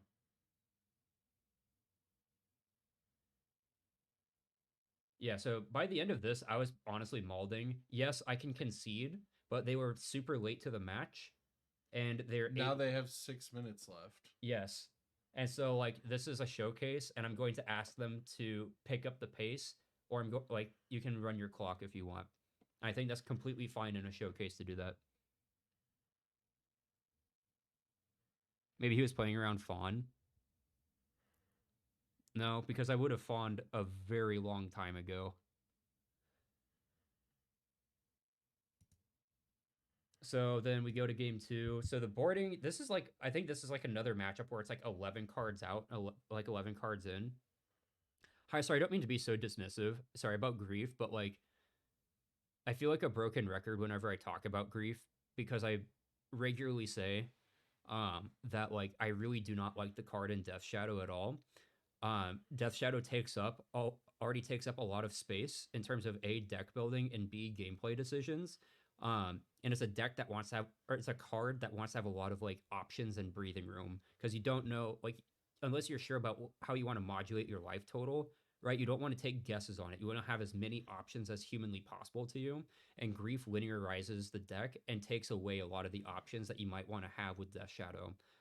If you want to play Grief, you should play Scam. Scam is going to be a more controlling deck, whereas Death Shadow is going to be significantly more aggressive, especially with the addition of Street Wraiths.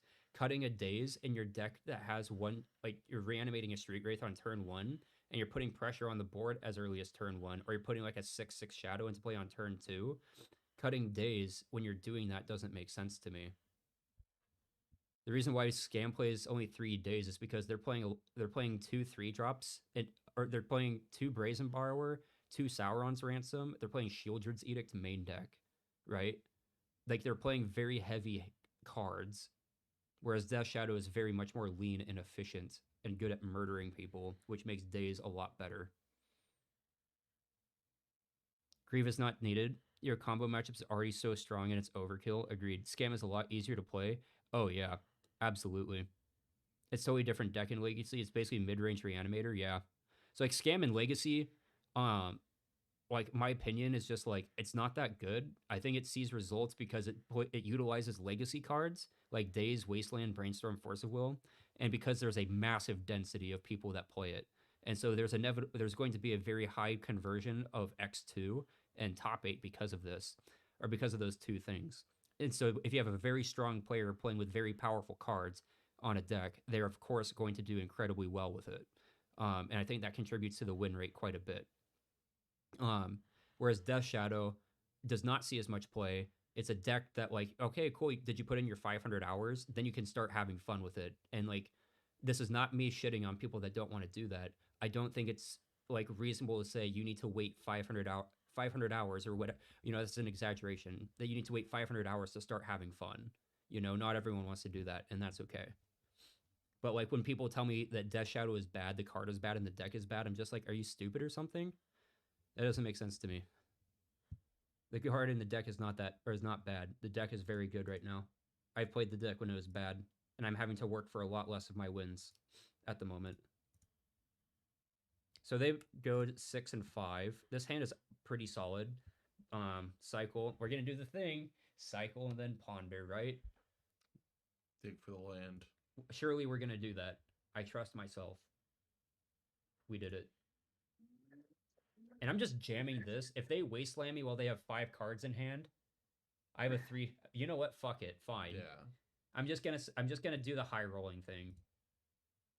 Cool. We don't immediately die. It might have been incorrect to force will the exploration, but I just want to like buy tempo. Roll. Pretty much. Yeah, I mean, you put your scary creature or kind of scary creature into play. Now you're just trying to make them trip. I don't hate it. Yeah, exactly. Just like do the tempo thing here.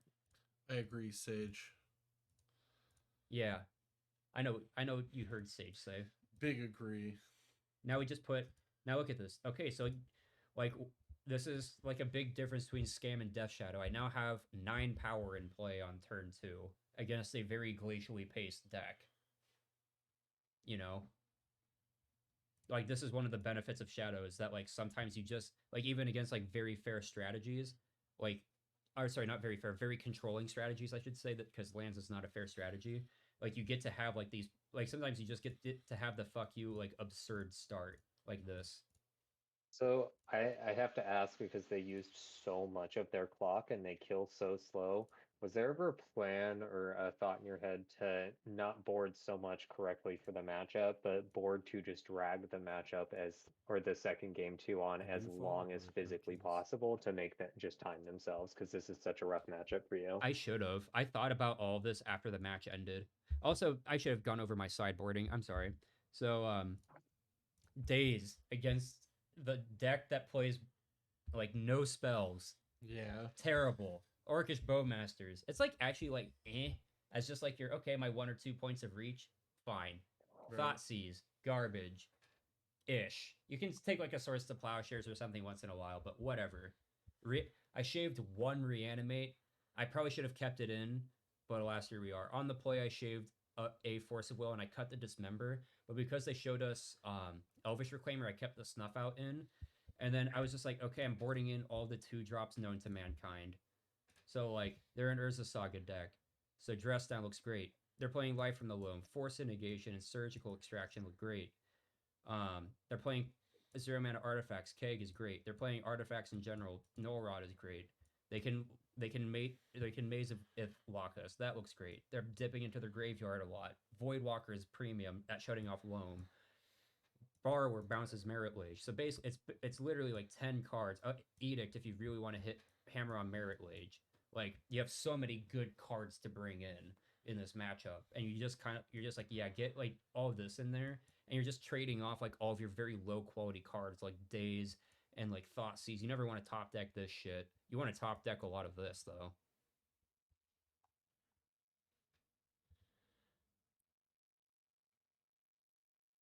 Scam falls apart if you don't get an early reanimate. It's your experience playing it. Yeah, honestly, I feel like that's just the same for hardened skill. Someone who has like hundreds of games and someone who has thousands really breaks the deck. Yeah, no, it is very much like a deck that you need to put in the reps and you need to practice and you need to study and you need to be fresh. You need to like keep doing the thing over and over and over until you start like getting it. Like until you start getting like, I need to stop plummeting my life total, or like these are my ranges. These are the ranges I need to operate within this matchup, or that I'm allowed to operate in. You know, shit like that. I can take this gamble. This is how I'm setting the pace of the game. You know, being aware of what your role is in every matchup. And it's also a tempo deck, and it's going to be the boarding for it's very complicated. You can also play a bad deck and have fun. True. I like that Legacy has this intricacy. The format is fucking hard, and I love it. It makes it so fun because it's such like a skill mountain that you get to climb, and like you get to have fun along the way. And sometimes you just get to do like free win stuff. Hey, Brandon. It's hard for so many decks to come back against Turbulent Grief. That's why I asked about the changes. I don't think it's that hard for many decks to come back against, though. If you do that against Delver, they'll top deck a Bolt, and they're like, Bolt the Grief. And you're like, cool. Now what? You know? I don't think it's that hard to come back from Grief Scam. Especially in Legacy, where like a lot of the decks are just like A plus B combo, you're fucking dead. You know? Or like, if you Grief Scam like Sneak and Show, they hate it. But they could also just be like 3 lands, like Ancient Tomb, Lotus Petal, Volk, Fetch, Ponder, like Show and Tell or something like that. Against a tempo deck that is just like phenomenal. And then you have a 3-2 in play and you have like nothing else going on. You have 3 cards in hand as a Brainstorm Force of Will deck. I don't like it. I think it's just not that good. Yeah, you can get Reanimator, but like, whatever. Okay. Reanimator still has a lot of play, though, against it. I don't know. I'm just not impressed by the deck. Anyways, so that was the board plan. We're going Turbo Shadow. We have a lot of power in play. Pew, pew, pew, pew. Thoughtseize them just to make sure the road is clear and we can eke in more damage. They had 2 lands and Life from the Loam in play. And then they throw in the towel. So they spend a minute and a half on the game. And I'm just like, okay, so now game 3's fucked and I'm for sure gonna lose. They have over 5 minutes. Like, honestly, though, like, I should probably be looking to, like, juice the clock in any way, shape, or form. Especially because they slow rolled me so hard in game 1. I don't know. I was very frustrated about this because this is a typical experience I get whenever I play against lands. Is it's like very, very long game 1s, and then like they win like right as just like their clock runs out, and it's just such a frustrating experience. It sucks. I agree. Aforementioned, I was playing against lands last night, and I put a spell on the stack, and then they just let their clock run out from 6 minutes to 0 minutes while I still have like 12 minutes on my clock. It was very frustrating. Absolutely do not like playing against lands, mostly because of like the I don't know, the clock considerations and how like people kind of abuse the clock. Yeah, this hand's stinky against lands. What do you, we have a sideboard card. Perfect keep. Woo! Draw troll. Easy. This hand is actually kind of sketchy. Sheesh. I wish this was a troll. A troll or at least a fetch land of some sort. Lands or depths. Sorry, I need to get a school thing done. Oh, lands. Like depths players actually have the decency to kill you at or in a reasonable time. Lands players just kind of like toy with their food for fucking ever. It's like it's just like playing against like control, honestly. Like they'll win with like 5 seconds left on the clock, and you have like 15, and you're just like sitting there during the entire match, and you're like maybe I win, and then they just like actually start playing at a reasonable pace when they have 2 minutes left on the clock. It's just very frustrating. I do not have fun with it sometimes. Bottom the Death Shadow because it's the synergy piece, and we do not have the pieces to support it. I know it's a threat, but like, You'll find a better one. yeah, we'll find something else to do. Very obnoxious start. Or we'll do nothing. Or we'll Ooh. just die. It came back. It loves you. Thank God. So yeah, that's a pretty good fucking start from them. Sphere number 2. No?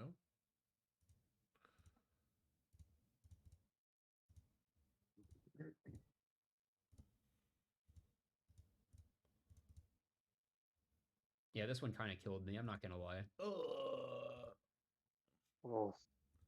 Cool. I mean, anytime lands is on the Night, play and they get a sphere start and you don't night, like night. draw any fetch lands, like you can already just feel the game slipping away. Yeah, I feel the game slipping here just because they have like this going on. Oh, that brainstorm. The brainstorm just like kind of like is not what you're looking for either. Oh no, At I know least the you can- non-bow, but whatever. At least you can turn off their null sphere and crucible. True. Like I'm like desperate to find like literally anything to do. I agree. Simon. Oh yeah, okay, so then here we go. Here's a really fun one. Here's a really fun one. I think this was like the night. Here we go.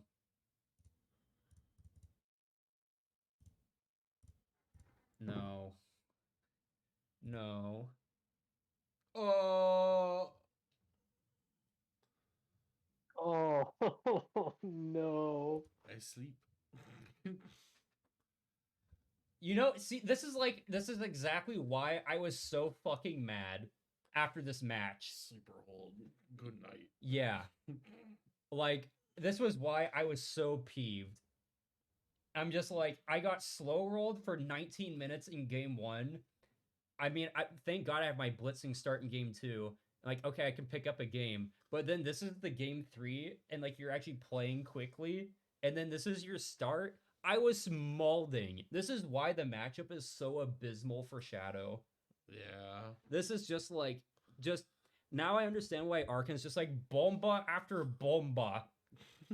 I'm just like, that's literally my thought process. I'm just like, yeah, this is indeed bomba after bomba. Yeah, and they don't even play.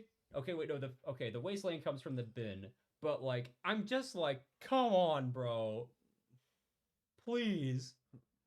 I don't play the watery grave because I'm just like, it doesn't fucking matter. I want to hide it from the stinky wasteland, and now we have a Palantir, and I'm just like, Jesus Christ. They're drawing 2 cards a turn.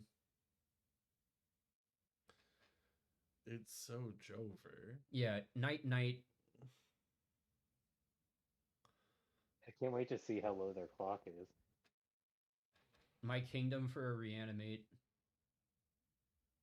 Crop rotation, the flagstones, of course. Yes, get your value. Sweet.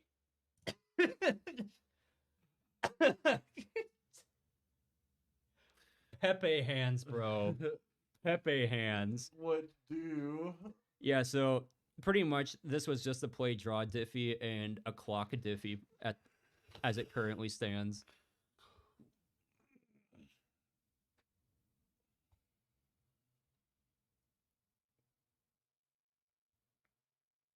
Isn't lands just a whacked out control variant? Yeah, pretty much. It's just it's just like a really obnoxious control strategy, right? Are always the funniest fucking shit. When they go Mox Loam literally kills me. It's a miracle they don't time out considering this game. Yeah, I know. It's absolutely just again, that's why I went to like our group chat and I was just like, I'm so fucking upset. Like 19 minutes game 1 and then you actually play at a reasonable pace. And then like the reasonable pace in game 3 is just like the absolute like giga nut like all over the monitor draw. I was salty. This is how you draw salt out of my veins. How about the second sphere of resistance? That surely wasn't needed. I'm sure, I'm sure they could have gone throughout their fucking turn without playing the goddamn second sphere of resistance. But thankfully they have enough clock to spare where they could cast the next sphere of resistance. So anyways, this pretty much killed my top 8 possibilities. Yeah. Unfortunately. And then I still ended up with a better record than them after the whole thing. Hell yeah. Yeah. Fuck that. God, I was so mad.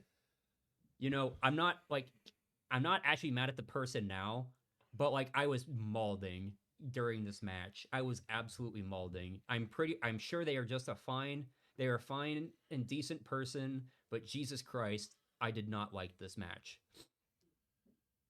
Anyways, so that's why Lands is just like the shit matchup put up. I think I'm gonna join you for the last 2 rounds virtually. Oh, I'm gonna keep going because you live a little far, and it's getting you're 11. Fine. Okay, you're fine. You keep going. I'll just hop in whenever like I get there. Okay, sounds good. This thing has killed my eyes. Oh, here, I can turn it down a little bit. That's all right. Are you sure? Also, yeah, no, it's just past my bedtime on a Tuesday. All right. So, but I'm gonna go get home, get settled, but I'll join you virtually for the last 2. Yeah, sounds good, buddy. Get home safe. All right. Thanks for stopping by, Curran. Yep. See y'all soon again. Lit. All right, yeah, I'll see you tomorrow. Yes, see you tomorrow. Fuck yeah, bud. Yeah, bud. All right, Sage, I want you to play against Lands. Only you. I do like playing against Lands. It's great. Ooh, a little tasty treat for old Sage. Oh my god, Curran and I can actually talk now. Huh? Oh, when Curran gets on, we can actually converse. Yeah, I know. Thank God. Actually, more importantly, I can now be a part of this because it was really hard to try and say something when Curran could just start talking whenever without knowing I'm talking. I meant to test out like the volume and whatnot and like the sound control before the stream, but I just got like really distracted by that fucking streamer spreadsheet for like an hour and a half. And then I was just like, oh, well, I just blew all of my time off when I was supposed to like be doing audio checks to like try and make sure that I could get you two on speaker. But alas, here we are. All right, let's go to round 8. I don't even remember what this one was. Ugh. We're almost done. Don't worry. I'm going to probably... Oh, go ahead. I was just going to say, we got to make it a little quick. I got an early day tomorrow. Yeah, it's almost 11 o'clock too. Yeah. In the blind, what do you think? I'm not super into it. It doesn't like do anything besides Thoughtseize, and then if you get wastelanded, you just die. Like, yeah, there's not really, you don't really have any game plan post turn 1. Yeah, I agree with that. I felt that too. Didn't like it. This one's much more reasonable. I agree. It's probably fine to just like get basic island and ponder here. Yeah. Then again, what do you want it? I guess you're pondering at least to look for Murktide. I was going to say, what are you really looking for off Ponder, though? Something delicious and tasty. So we saw Ponder reanimate Street Wraith. I decided to go with Street Wraith just to hide it in case they're a Thoughtseize deck or something. because I think I value the ponder a little bit more. Makes sense. All right, so they are not. They are not a thing. Our discard deck. So we're playing against Delver here. I kind of want to draw the reanimate. Wait, do I want to draw the reanimate? I already have one in hand. Yeah, I don't think you need the second one. I agree. Cool. Survey agrees with you. I think we just kind of go for the cheese here. Yeah, I like that. You're playing around days for now, meaning they have to commit actual force, which if you draw any land. Oh, okay. Deal. We got our I value. I was into cycling Street Wraith and reanimating it. Oh, really? Okay. Yeah, just to play around days and like it gets a threat going because most likely they're Grixis, so it punishes them for getting black online. I kind of like though, like attempting to get your value and being like, I'm days checking you. That's true. Because like DRC is such a good card, and like just keeping it off the board, and now they don't have a threat is pretty big. And now if like they dazed the Orcish Bowmasters, they're set back a land, and then we have this reanimate to follow up. Okay, yeah, that makes a lot of sense. I do like that. I guess that would be a reason to maybe keep the reanimate. Mm-hmm. Is that you? So I guess reanimating Bowmaster and Wraith though is a lot of life. Yeah. Yeah, 6 extra life is quite a bit in this matchup. So I we know could. you get a. Oh, go ahead.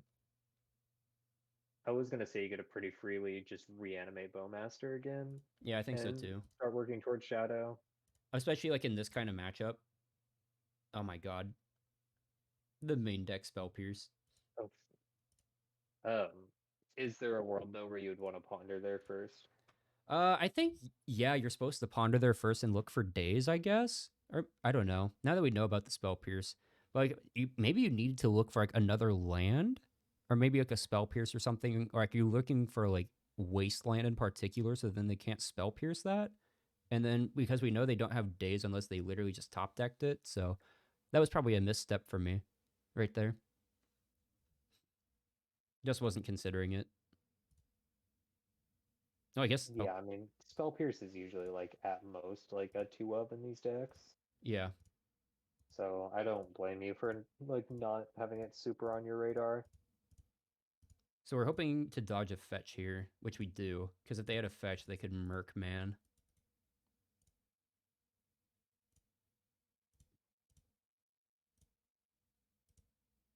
I don't know why I went to the beginning of combat to wasteland them, but here we are.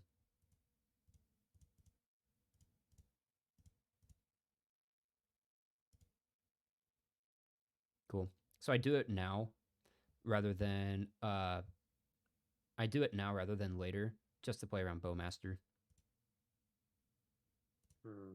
Put the Merc Man on top, just in case they're playing main deck Thoughtseize and they Thoughtseize me.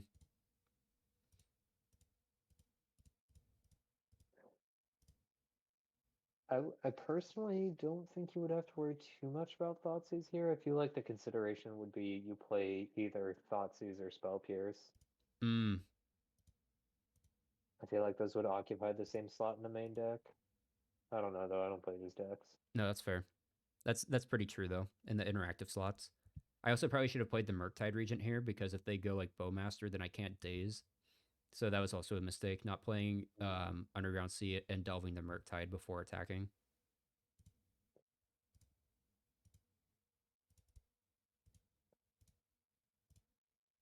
And then you But I just guess also if they play a Bowmaster, you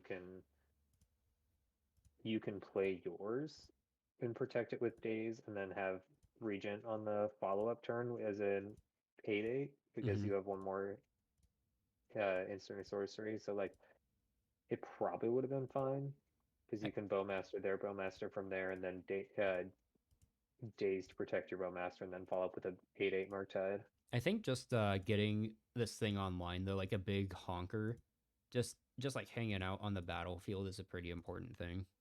Yeah, A lot of these matchups tend to be decided by Murktide Regent.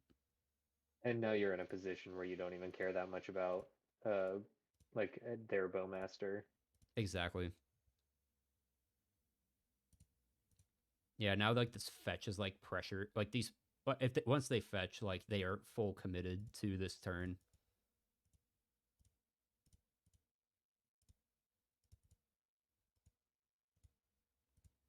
I wonder what they're casting. Couldn't tell you. Oh,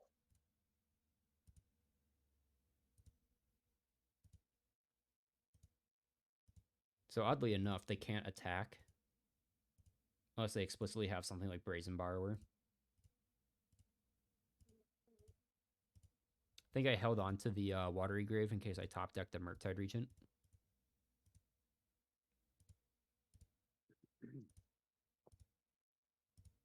Ah, weird. I don't know. I don't understand why I'm playing it now. yeah, that's strange. Strange, abnormal behavior.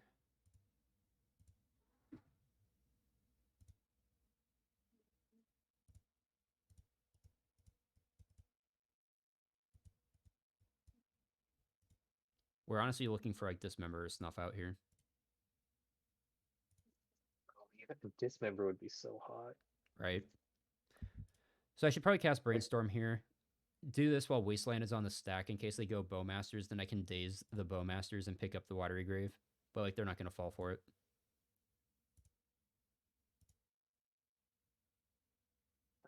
We can try and pinch their mana a little bit more with this Wasteland if we so choose. Yeah, it's just unfortunate. You're like, no, I guess you're not like too far off from like having Shadow on online. Oh wait, I thought you were at a higher life total. Oh no, you're chilling. I was at 14, but I More, just cycled. yeah, I thought you were at like 15 or 16.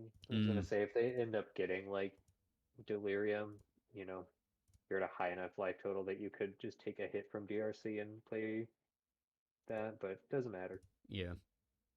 We're for sure forcing those because we need to protect Death Shadow and blah, blah, blah, blah, blah. Yeah, and they only have one card in hand. Yeah. One card in the gripper. Teamer Delver would have an edge here. Teamer Delver is significantly slower due to the increased density of 2-drops. I was gonna say I don't think Teamer Delver's really like put up. Oh gosh, it's so good. Yeah. Like put up any like significant results. Yeah, it's kind of like very lukewarm relative to Grixis. Like skipping out on Bowmasters is I think is kind of deep fried in order to go for Questing Druid and Seek the Beast. Because like if you think about it, when you're casting Seek the Beast in these decks, it is quite possible you're hitting reactive spells that you cannot cast.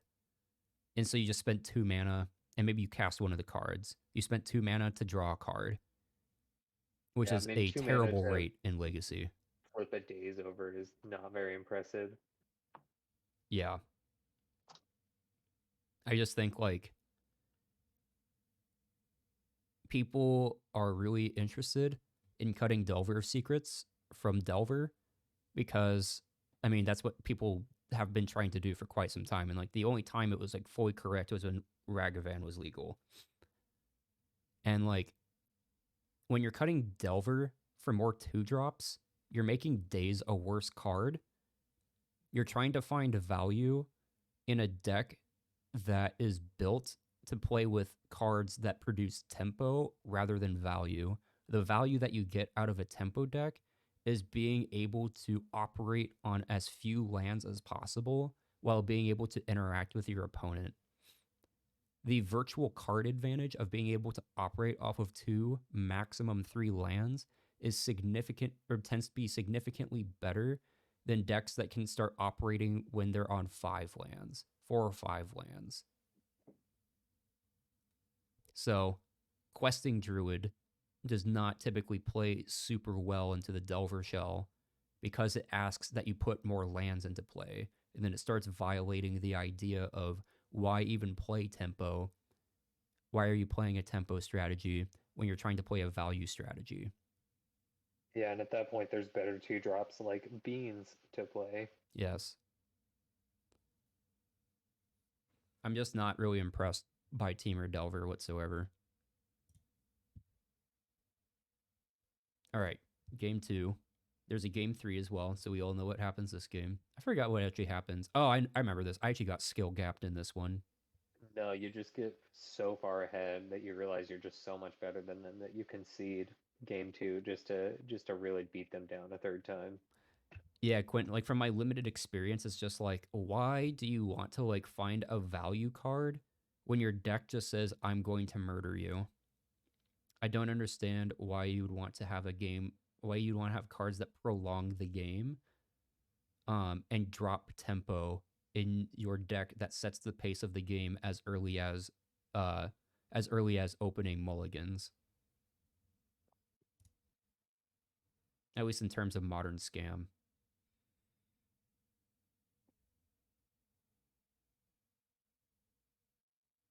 I just think in general it is typically very incorrect to cut Delver of Secrets from a Delver deck, even in a Bowmaster meta.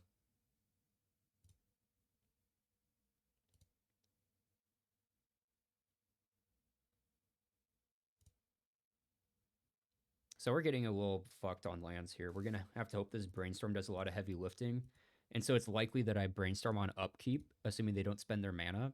So then I can try and get them to spend their mana this turn. This is also a fine time to Brainstorm, I think. But it actually might be better to wait until after the Brainstorm is done resolving here. And hopefully they fetch. If they fetch, then that's a prime opportunity. So this is now the best time to be brainstorming. Assuming they pass priority to me and they don't shuffle. Yeah, just like that. This is important because now we know they wanted to shuffle their brainstorm instead of draw cards off of it, which informs our decision on this brainstorm, and they also can't cast Bowmasters into this or Pyroblast the brainstorm. So that's why doing it on the upkeep here is incredibly important, and you didn't want to do it in response to their brainstorm because it informs their brainstorm on how to brainstorm.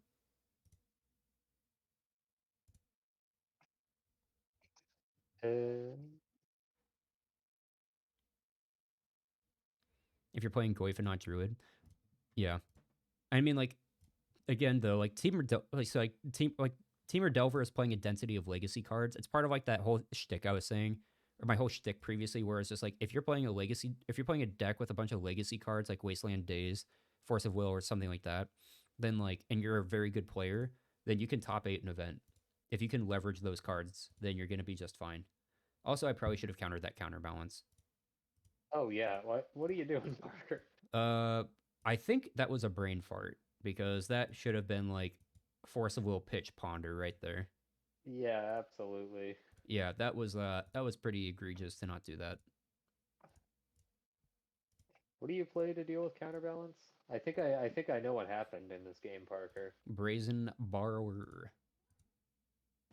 I think I have an idea of what happened. Yeah, so that must have been a brain fart. Like that should have definitely been Force of Will like pitch ponder or something.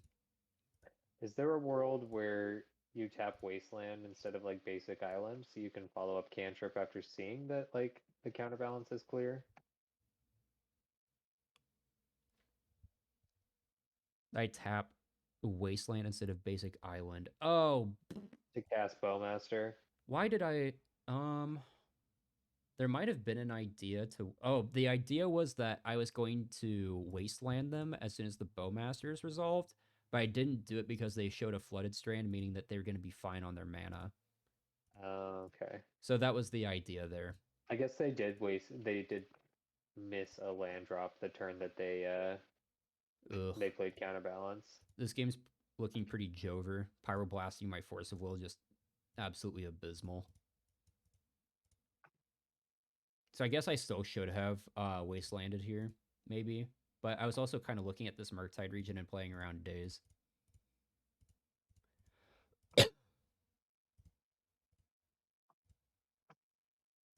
So we know they're going to draw this DRC, and then they have a Lightning Bolt in hand.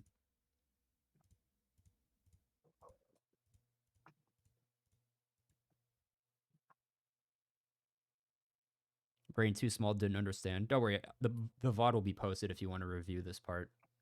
If you're talking about the end step when they brainstormed and I was considering when to brainstorm, I can go over that again. If that's what you're talking about.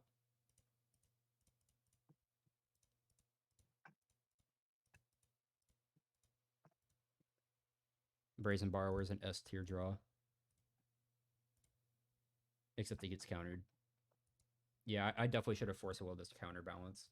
Feels bad, man. Oh, that feels so bad. The fucking Bowmaster's on top. Yeah, then they have their own Brazen Borrower, and I'm like, cool, I'm dead. Oh, Yeah, so we know 3 of the I- cards in their hand. I hate when Delver players. I hate when Delver players as well. And like our cantrips are kind of locked up at the moment. And I also kind of just like tilt do this one instead of attack first, but like it is very unlikely the 1 point of life matters.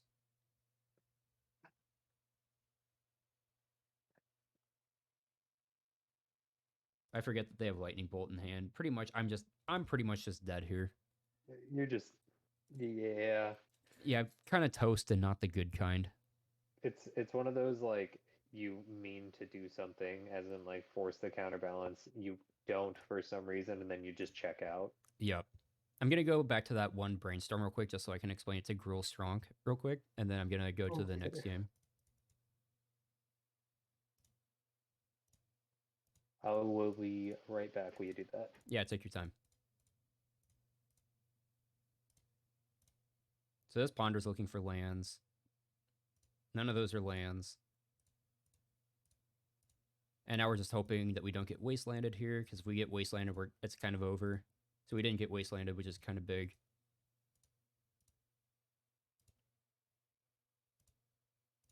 So you don't want to brainstorm right now, because then they can just bowmaster you. You don't want to force a will and then play into days. Actually, you wouldn't play into days, but like you don't want to force a will. Bowmasters, because then you're just like super down cards when you already took a mulligan, even on the draw. So right here, you don't want to respond to this brainstorm. The reason why you don't want to respond to this brainstorm is because then it gives them information about how to resolve their brainstorm. However, we're still kind of looking for like, when can we actually resolve this brainstorm? So the prime opportunities to do so would be after they're done resolving this one, if they fetch on our end step, and our last opportunity for the best time to do so is when they pass priority to us during their upkeep. When they pass priority to us, that means they're ready to take their draw step and they're not going to shuffle the brainstorm, which then gives us information about the contents of this brainstorm and like what they, like there's a card on top that they really wanted to draw. And based on like what they play next turn, we can start kind of getting an idea of like a card that's in their hand.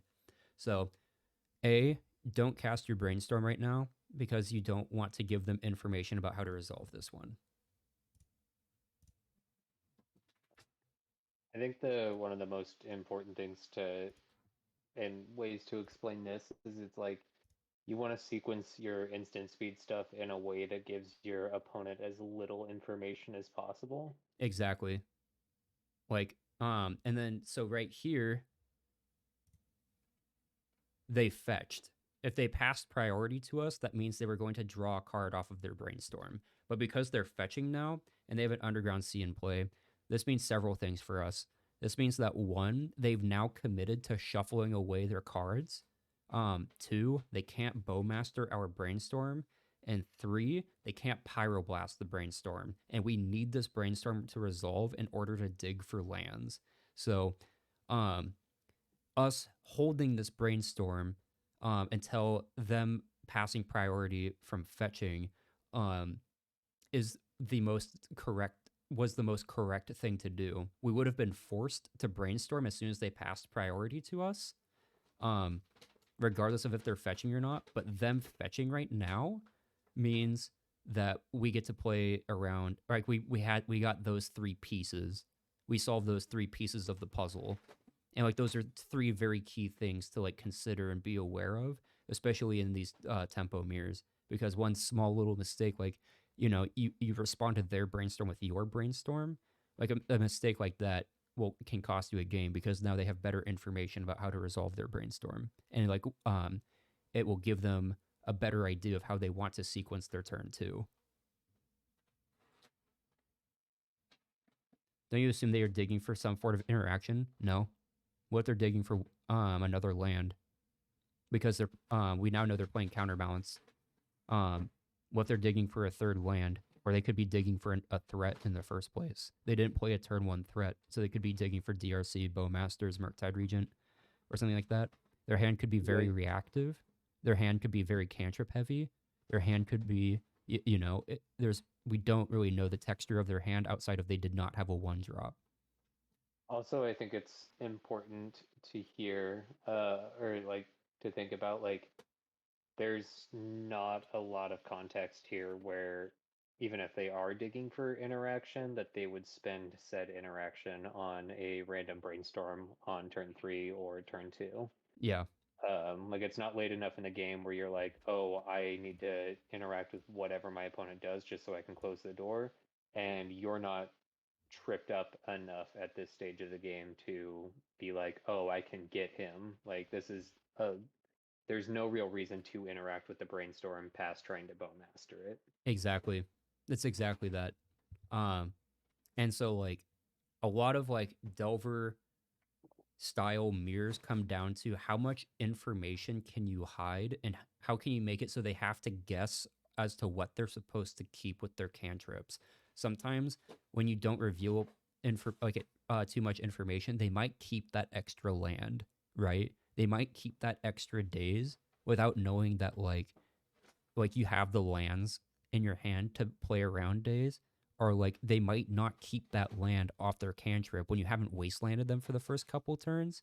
So then they're going to pass up on taking lands, and eventually after they stop making land drops on turn 3, your wastelands are suddenly just like boom, boom, amazing, because they don't want to hit that 4th land, and then you could double wasteland them, and now they're scrambling trying to find lands off their cantrips instead of spells to interact with you, right? So it's just like this very big game of information where a lot of these games are actually settled by the players' decisions on their cantrips and how they sequence things, and how they're able to get or wrench their opponent into spending mana when they don't want to. Impressive and rare long legacy stream. Yeah, I need to go a little bit faster. I was just explaining that this in particular was a very important brainstorm on to time exactly correctly to try and squeeze as much value out of it without getting blown out and having it resolve and getting them to commit to commit to shuffling their brainstorm instead of drawing a card off of it or like altering their game plan in some way, shape, or form. All right, but yeah, we got to keep going on here. We have one more match, and I might just like breeze through the scam match and just say like, here's the VOD, here's the replay for it. I'm posting it on YouTube. Sorry, not much commentary, but like Sage and I got to get going here soon. So we're on a mold of 6. They start with 7. Even the 6 is a little scary. Yeah. I'm putting back the Voidwalker because this polluted delta is fetching a basic island, and I'm super far away from the Voidwalker anyways, so. Keeping Voidwalker basically means that you have made a commitment to make your next 2 land drops on time. Yep. Also, I should have put Daze in there. Actually, no, Daze doesn't matter because I have 2 removal spells already. But basically, that Ponder was very, very, very good because it found the basic swamp and then interaction. Dirty Mike is seething right now. I know. Don't show Dirty Mike these images. Now we get to play Bowmaster with Daze or backup. It's really huge.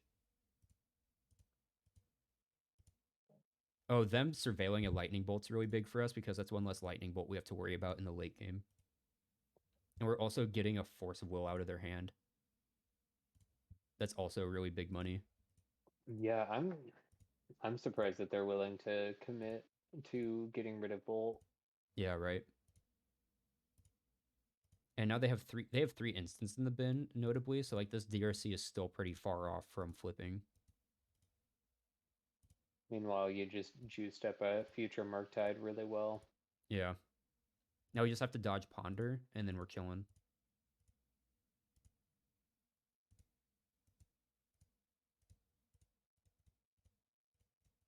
Come on. So we're for sure murdering the DRC.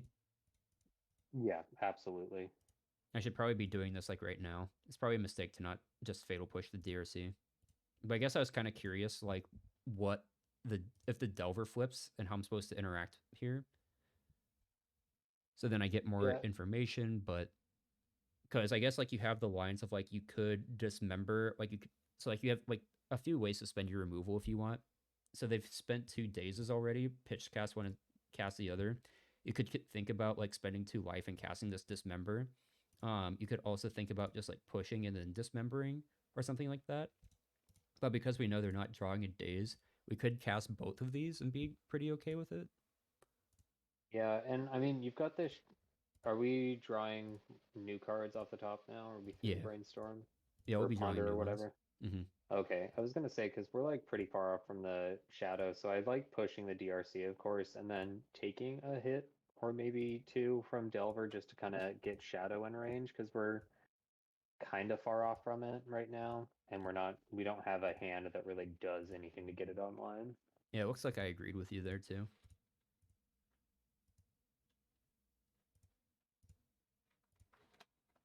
So one thing I like to do whenever I play against Delver, you saw it. I like to sandbag the land when the shadow is small. Give them the idea that they can simply bolt the shadow. There's no need to counter it. A new Yep, I follower like that a lot. approaches. And now they're just like, oh fuck. A lot of Also, cool things you can do with your land drops. Quidad, and then is that Ian Blossom? Thank you for the follows. I really appreciate it. Excuse me. Yeah, unfortunately they ripped the black source for the Shieldred's Edict, so now we're just kind of in top deck mode, but alas, here we are. Yeah, I mean, I would argue that they're a little ahead right now just because they have double blue for Murktide. Now you do too, but at least you have Edict up and they don't if for your Murktide potentially. Yeah, no, I'd agree that they're probably a little bit ahead as well, especially because they could be stacking like a Pyroblast or something. This reanimate Yeah. is pretty fucking good. Whew. I'm a few seconds behind on stream. Oh, you're chilling. Oh yeah, the Shadow reanimate's very good. Yeah. Counterbalance doesn't matter when there's a thick fucking shadow in play.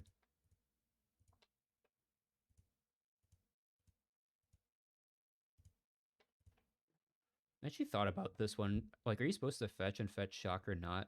Let's see what I think. I think you're supposed to just take one. I don't think so. You've only seen one bolt here. Yeah. I don't like putting yourself into double bolt. Yeah, I think I agreed with you. And I was just like, nah, the way I lose is probably double bolt. And if you fetch shock, Shadow's an 8/8. Yeah, so then they go to 11. And then I guess I have lethal. It's still a 3-turn clock regardless.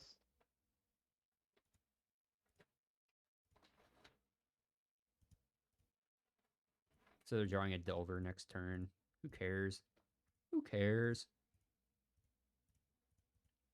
Them not playing anything this turn is kind of huge. They don't have the Shieldred's Edict. So they're drawing a Delver next turn that they might want to like fetch away. So this is actually really good. So then we are daze proof for this Shieldred's Edict. I didn't want to get my Bowmasters blown up by their own Bowmasters is why I didn't attack there. That makes sense. Cool. Yeah, if they like Bowmastered me, I'd rather keep the Orc Army token, and like Shadow's already a 6/6, so I don't need to attack there. I'll add Curran to the call. Yeah, get him in here. Then he can finally hear your thoughts and thinkings.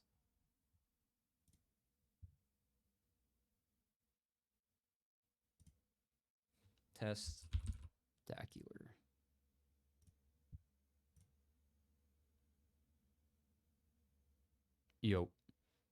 Yo. We just murdered Delver. God, that call noise is awful. I fucking hate that ringtone so much. Yeah, the one that sounds like a clown show. Yeah, it's like the Halloween song. So I don't know any Halloween songs, but it's Halloween themed. This hand's like kind of sketchy. Can we get a screen share? No, we tried to earlier and we couldn't figure it out. Wait, really? You just gotta live my pain of. There. Oh, okay. Now you can do it. Now you can do it. I just had to ask. He's like, I think like game 2 or round 1, I'm like, hey, after this, can we get a screen share so like I can be up to date? And Parker just was like, can you see it? And I was like, no. And he's like, okay. And All right. cool. I see the line, Cool. fellas. I see the line with its hand. Is it start by street racing? Okay, Oh my we did god. it. Oh, I remember this match. This was fucking hilarious. Oh, and then here's what you do: you dismember your street wraith. No, it's not that one. That was against Mississippi River. Oh my god! Please draw a land, Parker. No. I don't think I will. No, I Parker, remember please. this game. Oh, this I'm one was a begging you. juicer of a game. Hurry, animate their grief. No. 3U. Lava spike. Lava spike you. Parker's just gonna go all the way with street wraith. No, Bowmaster. Oh no! That's a blue Swamp Walk. card. I'm pogging. It's a blue card. Okay, they haven't applied any additional pressure after pitching an Orcish Bowmasters. We love Damn this. good. All right, they have the third shit. Orcish Bowmasters. They do not have the third Orcish Bowmasters. No days. Hey, you found some land. Okay, we did it. We're shocking. We're reanimating. We're reanimating. We're paying the army because our cantrips don't fucking matter and the army can get bigger. No, not the fatal push. Okay. We're doing it? It's fine. It's fine. They put Pondro back on top? Put Parker Shallowgrave Bowmasters into play. Okay, we found a fetch? Sage, I have to say it's awfully nice to be able to hear you, so I'm not like accidentally interrupting you anymore or anything. Yeah, I was basically silent the entire stream. I'm sorry. I decided to start trying to learn how to paint my nails. I did a really bad job on them, but Oh, All right, so they're it'll gonna get better. draw a card off of Ponder. They're gonna go to 3. hey, opponent, I don't know if And you it's know that Jover? 3 life is the power of Street Wraith. Look at this. This Street Wraith card just won us the game by itself. Yeah, swamp walking is pretty good in this whole environment, I Is think. this a swamp? Oh, that's crazy. Is this underground swamp? Yeah, look at Okay. that. Read the word after island. First time chatter from Ian Blossom. What the fuck? Yeah, I agree. What the fuck, indeed. Oh, yeah. Shadow's an That was- F tier deck, though. Street Wraith, bad card. Why are you playing it in 2023? Oh, wait a Confirmed. minute. Street Wraith, outside of Burn, has been nothing but impressive in all these fucking matches. Oh yeah, then why is there a game 3? The Wraith too good. Facts. No, Oh, it's so legit, like nice. it's felt better reanimating Street Wraith on turn 1 than it's felt or than reanimating Troll on turn 2 based on how like a lot of shadow hands play out. Like on God, just putting the Wraith into play on turn 1 is regularly so it feels so strong. Are you just naming Orc on Engineer? Yes. Is the army just an army? Yeah, it's an orc army. Oh, okay. But I'm assuming it is not an orc and an army, it is an orc army, correct? Schnarmy. Know what I mean? And no, that absolutely did not answer my question. That did not clarify anything. Like, not at all. It's a Schnarmy. What's there to Like, not understand? Absolutely did not answer anything. Flipped unboltable, can't prismatic ending it. Okay, I guess you can like super late in a game. You can't fatal push it. Okay, I guess you can target it with fatal push, but like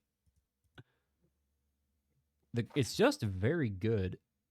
Dings you closer to shadow range. Yeah, no, like the tempo on the card is just very strong. I don't think I wanted to brainstorm there because I think I like the cards in my hand, and I don't know how I want to use this brainstorm yet. I mean, also it's turn 2, so you would have been stuck with whatever you brainstorm. There's no fetch, and then playing brainstorm preemptively before swamp plays into days where you really don't need to. Yeah. I don't understand all this brainstorm discourse. Can somebody explain it like I'm a child? Storm brain. Yeah, it just don't ever cast brainstorm, and you're usually winning if you don't need to. The swamp. Yeah, that's me every game. The swamp Yeah, walk versus the see? 3-creature menace of troll has been great, low key. Yeah. I And mean, you've just never like lost a game of Magic, Aaron. going like turn 1 Wraith into turn 2 Bowmaster or turn 2 Voidwalker is just like regularly very powerful. Instead of just like going like turn 1 cycle, turn 2 reanimate, and then hope I have a wasteland or something. You're just like you just put you just cast the cards in your hands at like a much more reasonable pace, and you put pressure on the game a turn earlier, which is very big. Swamp Walk, Forest Walk, earn him Jin, Craigasm. So whenever I thought seize now, a lot of like my main decision point is predominantly if they have a Murktide region in hand, because Murktide region is such a problematic card. So that's why I took it, because that's typically the card that ends a game. Murktide region problematic, you say? It is a very problematic card, yes. Parker's advocating for Murktide region ban? So Live on they stream? might put back the Plague Engineer. We'll see. They probably did. It, either that or like and or the days with this brainstorm. Palantir should be a game-winning card. I believe I put back, there was a Murktide region I put back or something. Because I just want to put that motherfucker into play like ASAP.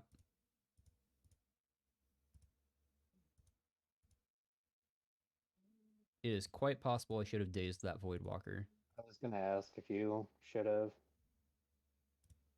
They took Fatal Push, yeah. The Predge. Yeah, because now I'm at a figurative 11 life.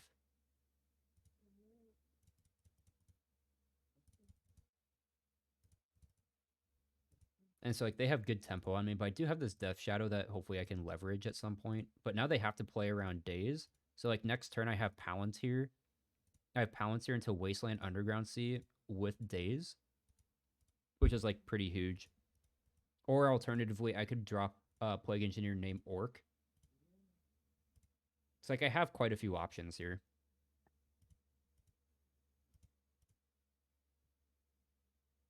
I don't know. Whatever I did was the game-losing option. I think like there's a line where you actually go like Plague Engineer, name Orc, and then you have another clock in play, and you go 6U, and then it kind of strands like one of the best cards in the matchup in their hand. Yeah, I have a feeling you played Palantir because you were complaining to me about how you keep playing it and losing. Yeah. So there's the days. There's the Orcish Bowmaster. So like they kind of like outskilled me on this one. And now like I'm actually not really allowed to attack with Murktide region, I don't think.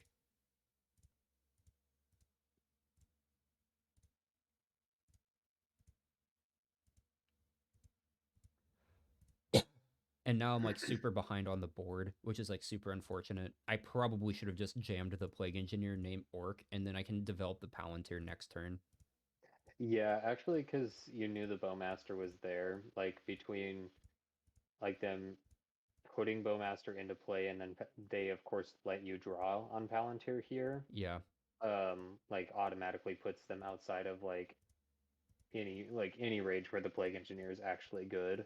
Yeah. No, I agree with that. And they hit the Wasteland on my other black source, so I can't even double develop a Shadow. No, the Street Wraith and a Ponder, so they got domed for 6.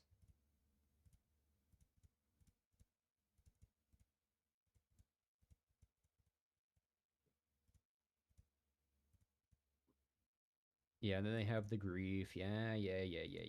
Grief, and then the last card is, I don't know, something good. Something juicy. Yep, it's reanimate. To Reanimate kill me. Bowmasters. Yeah. Yeah, that's Night, night. Night. Yeah, so if I just played Plague Engineer named Orc, and then I can develop the Palantir pretty safely, and then the Palantir can just kind of do its own thing and then win by itself after that, then it's like cool. But like, it was just like I should have played to the board more rather than like playing into like their open mana there where they can just develop their board more, and I can't even get an attack in with Murktide Regent. So yeah, And I don't even know if Plague Engineer would have made a huge difference and I was like only partially paying attention. I'll apologize, I'm getting sleepy, but it really just looked like the Voidwalker kind of went all the way there. I mean the Bowmasters there did 6 points of damage. Hmm. So I would have been at a higher life total, and then the Palantir is good, and then I just raced the Voidwalker because it can't block with a Death Shadow and a Murktide Regent, and then also keep the board clear. So I'm forcing them to have very specific answers, like another Murktide or their own Murktide Regent or something.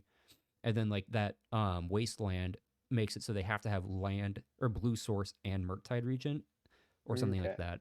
So it's like the Plague Engineer would have kept the board clean, and would have let me play closer to the board and then essentially, quote unquote, protect the Palantir. This is when you brainstorm into a library trigger with a chains on the battlefield. Facts.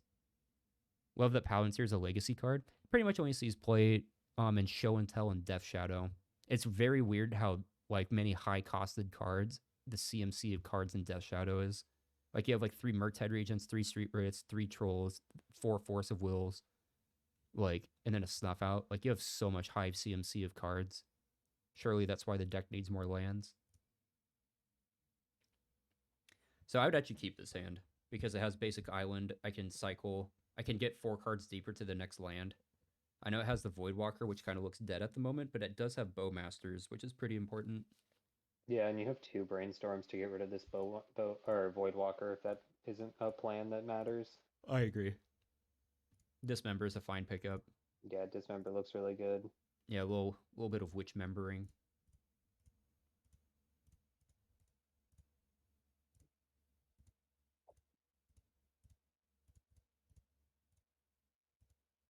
Also, them having no turn 1 play is very nice. A little sussy. Anytime a tempo or tempo adjacent deck doesn't have a turn 1 play, I'm a little scared, but also very thankful. I agree. All right, this is the I want last game of the night. What are we putting back on Brainstorm? probably Bowmaster, and then honestly, I don't even know if we need the second Brainstorm. I think the rest of the hand is very good. I think you're a ding dong.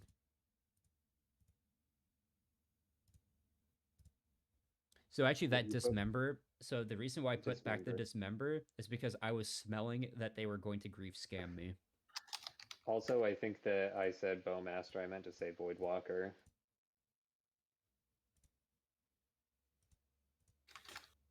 You did say Bowmaster. Bowmaster. I wanted to hide the Dismember in case they tried to scam me there. Hmm. And now I get to delve this Murktide region, and it's a little bit of a juicer. What are you gonna daze it opponent? Anytime they cast a Brainstorm in response, I'm so tempted to daze it, but I'm like, no, I'm gonna get my ass blown out if I do that. I know, right? Especially when they have 1 land in hand like this, or 1 land in play. Just put like the Yeah. Murktide region in play because this is the card that wins the matchup normally. So make them have the answer for it. But Parker, dazing that Brainstorm is so good. I'm gonna I daze. like this daze here a lot. I couldn't tell you why right now. I'd have to think as to like explicitly why, but like my gut was saying just fucking do it. They do not No, have the next land. I was also just sitting here thinking like, man, I wish there was a way to leverage daze here in a meaningful way. Like if they have the scam, because you like in my brain you can't like daze the grief, but because they have the mana up, and then they take the daze to scam it through. But the more I'm thinking about it, like dazing that right there makes a lot of sense. Just Thanks. because you Yeah, just because now they like you have a pseudo Thalia where like they just can't. If they want this to resolve and take 2 cards, then they have to pay the 1, which Yeah. slows them down. I wouldn't daze, of course, if they played the Wasteland, but like the fact that Oh no. they played it afterwards kind of punished them because now it's just like they for sure have a reanimate in hand, and we're gonna thought seize that motherfucking reanimate. Hasty treat. There's probably a world where I'm actually supposed to keep this Void Walker somewhere near the top here. So I No. decide to put the push on top, probably to like answer their own Void Walker if they have it. Oh yeah, get this reanimate out of here. Who needs it? Get it out of here. It's gone. They do have a Murktide Regent we have to be aware of, but like I actually counted. I was careful about it. You know why I didn't take it? Because it would have been a 5/5 if they ripped the blue source. How big's yours? I have a Dismember in hand. Hmm. So we know their draw step for turn, so they're going to develop this Murktide Regent. I decide not to draw the Dothy Voidwalker for some... I don't know why. Oh, it's because I wanted to hide this Watery Grave from this other... I wanted to hide the Watery Grave from the other Wasteland. That's why I didn't draw it. I also feel like Dothy Voidwalker's kind of like hit the end of its usefulness to some degree in this matchup. Like they've already got a Grief in the graveyard. They've already got a nice and fat like graveyard from Murktide. Like Dothy doesn't do anything to stop anything they have going on at this stage of the game. It stops it from redeveloping another Murktide, which is a really big thing. I decide to say like if you have days, you have days, but just for tempo positive gameplay here. So then we don't have to try and get our Murktide ran into days. Look, it doesn't matter. You drew it anyways. Oh, thank God. I was very concerned about not drawing this Dothy Voidwalker.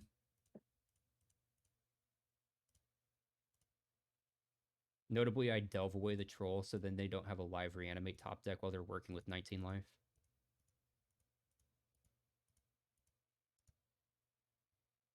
Yo, what up, Mike? We're at round 9 of my showcase round right now.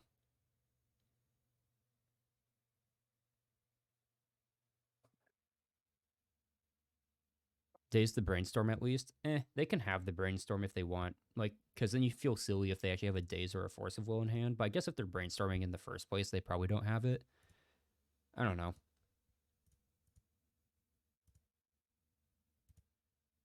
Oh no, a Plague Engineer. Oh, this is what Carson was talking about. I actually missed this. I must have just like stared off into space about this one. Oh, pushing the Engineer so you can untap on Bowmaster. Yeah. So that was like, this is just like a complete brain fart, which I guess like happens after you play like 7.5, 8 hours of Comp REL Death Shadow.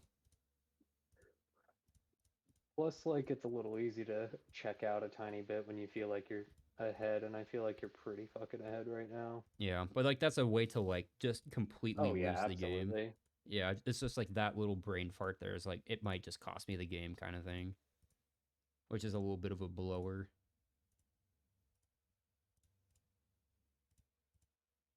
Yeah, now they have a Murktide Regent, and I'm going to be pissing and sobbing. It's only a 3/3, quote unquote.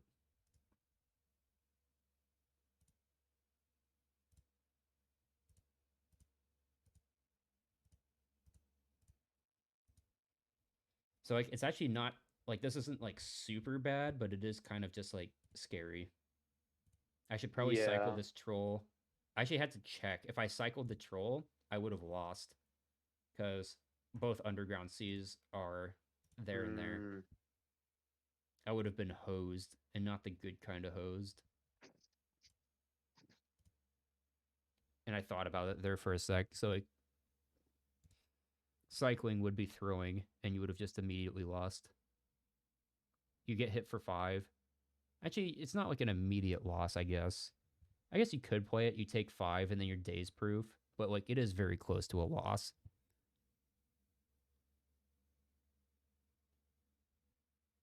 Cuts them off of a potential answer. Honestly, but like I see it like if they find like a force of will or a daze, then I'm happy to like daze back, and then like they have one land in play, or they play their land, they have one land in play, and now they don't get to use a 2 mana answer that turn. I think that also kind of like, I'm assuming we're talking about like the days Daze on that the you played. brainstorm. Yeah, the one that I had mentioned where it's like always so tempting to do that. Yeah. I think the problem that you walk yourself into is what we were talking about earlier, where it's like you're just giving them more information. Why didn't I cycle? Like if Yeah. you, even if, like, no, that's one less days they have to worry about. Yeah. No, I agree. Wondering why I didn't cycle on that end step there. Being a big dingus. Also, drawing Death Shadow was really good there. It's a blocker for this Plague Engineer. I got kind of fortunate.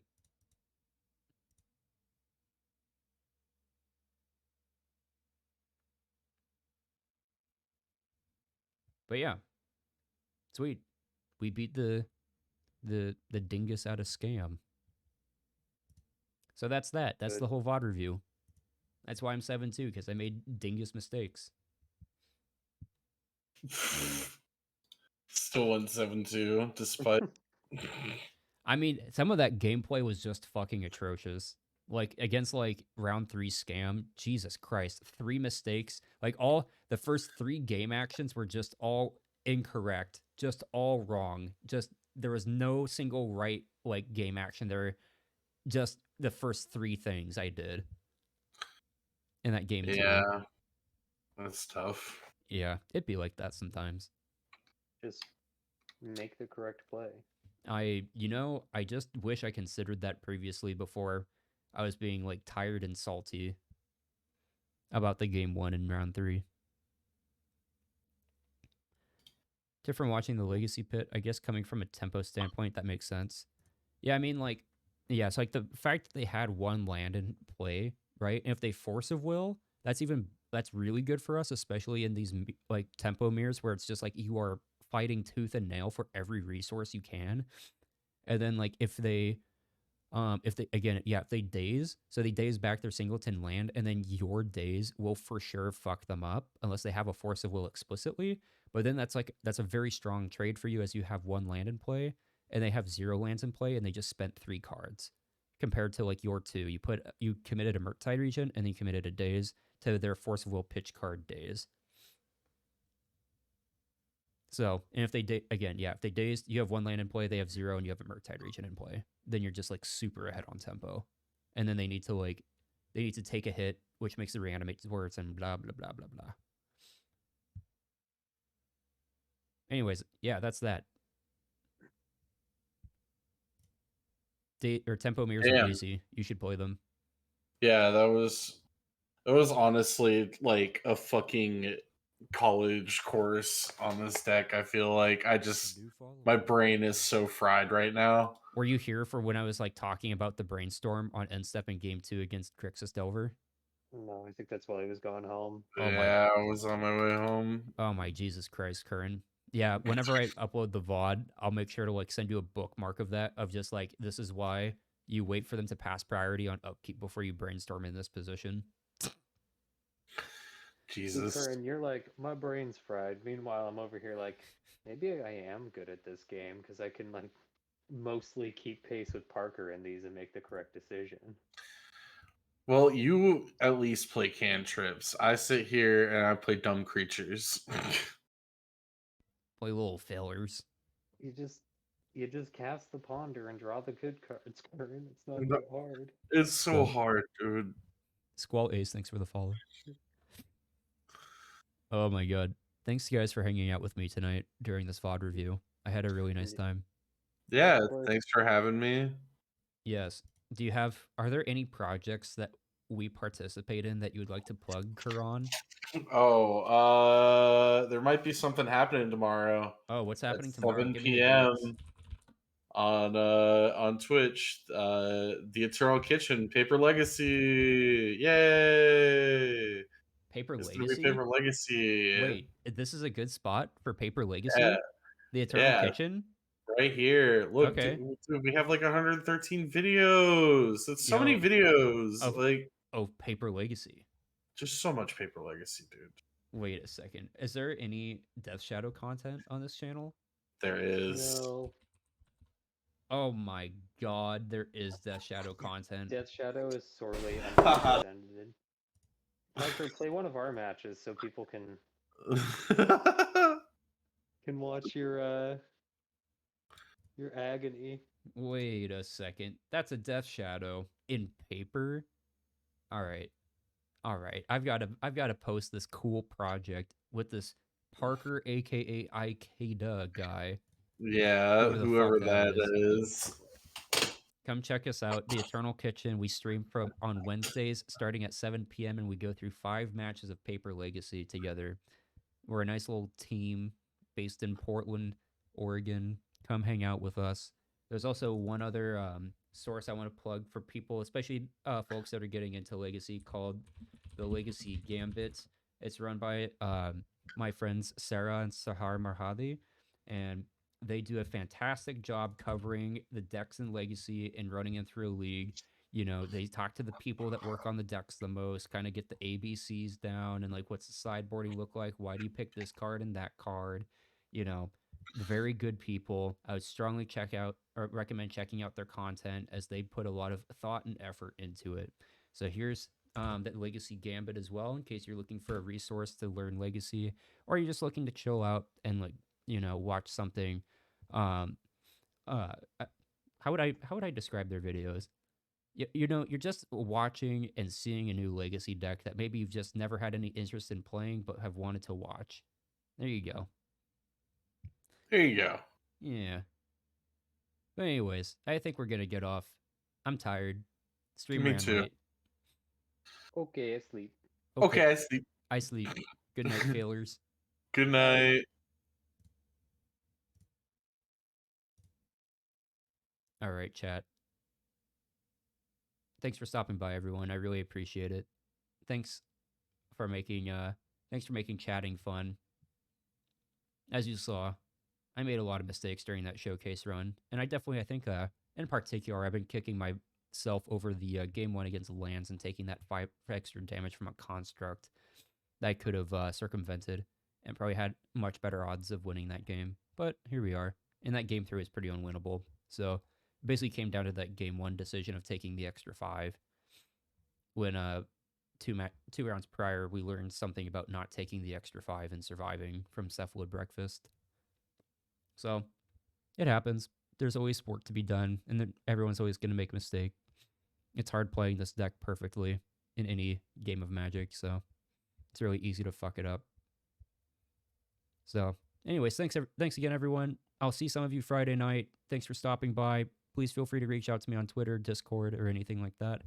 I'll be uploading this to YouTube, all 4.5 hours of it. And yeah, it'll be existing there for a bit. Anyways, talk to you guys later. Have a good night.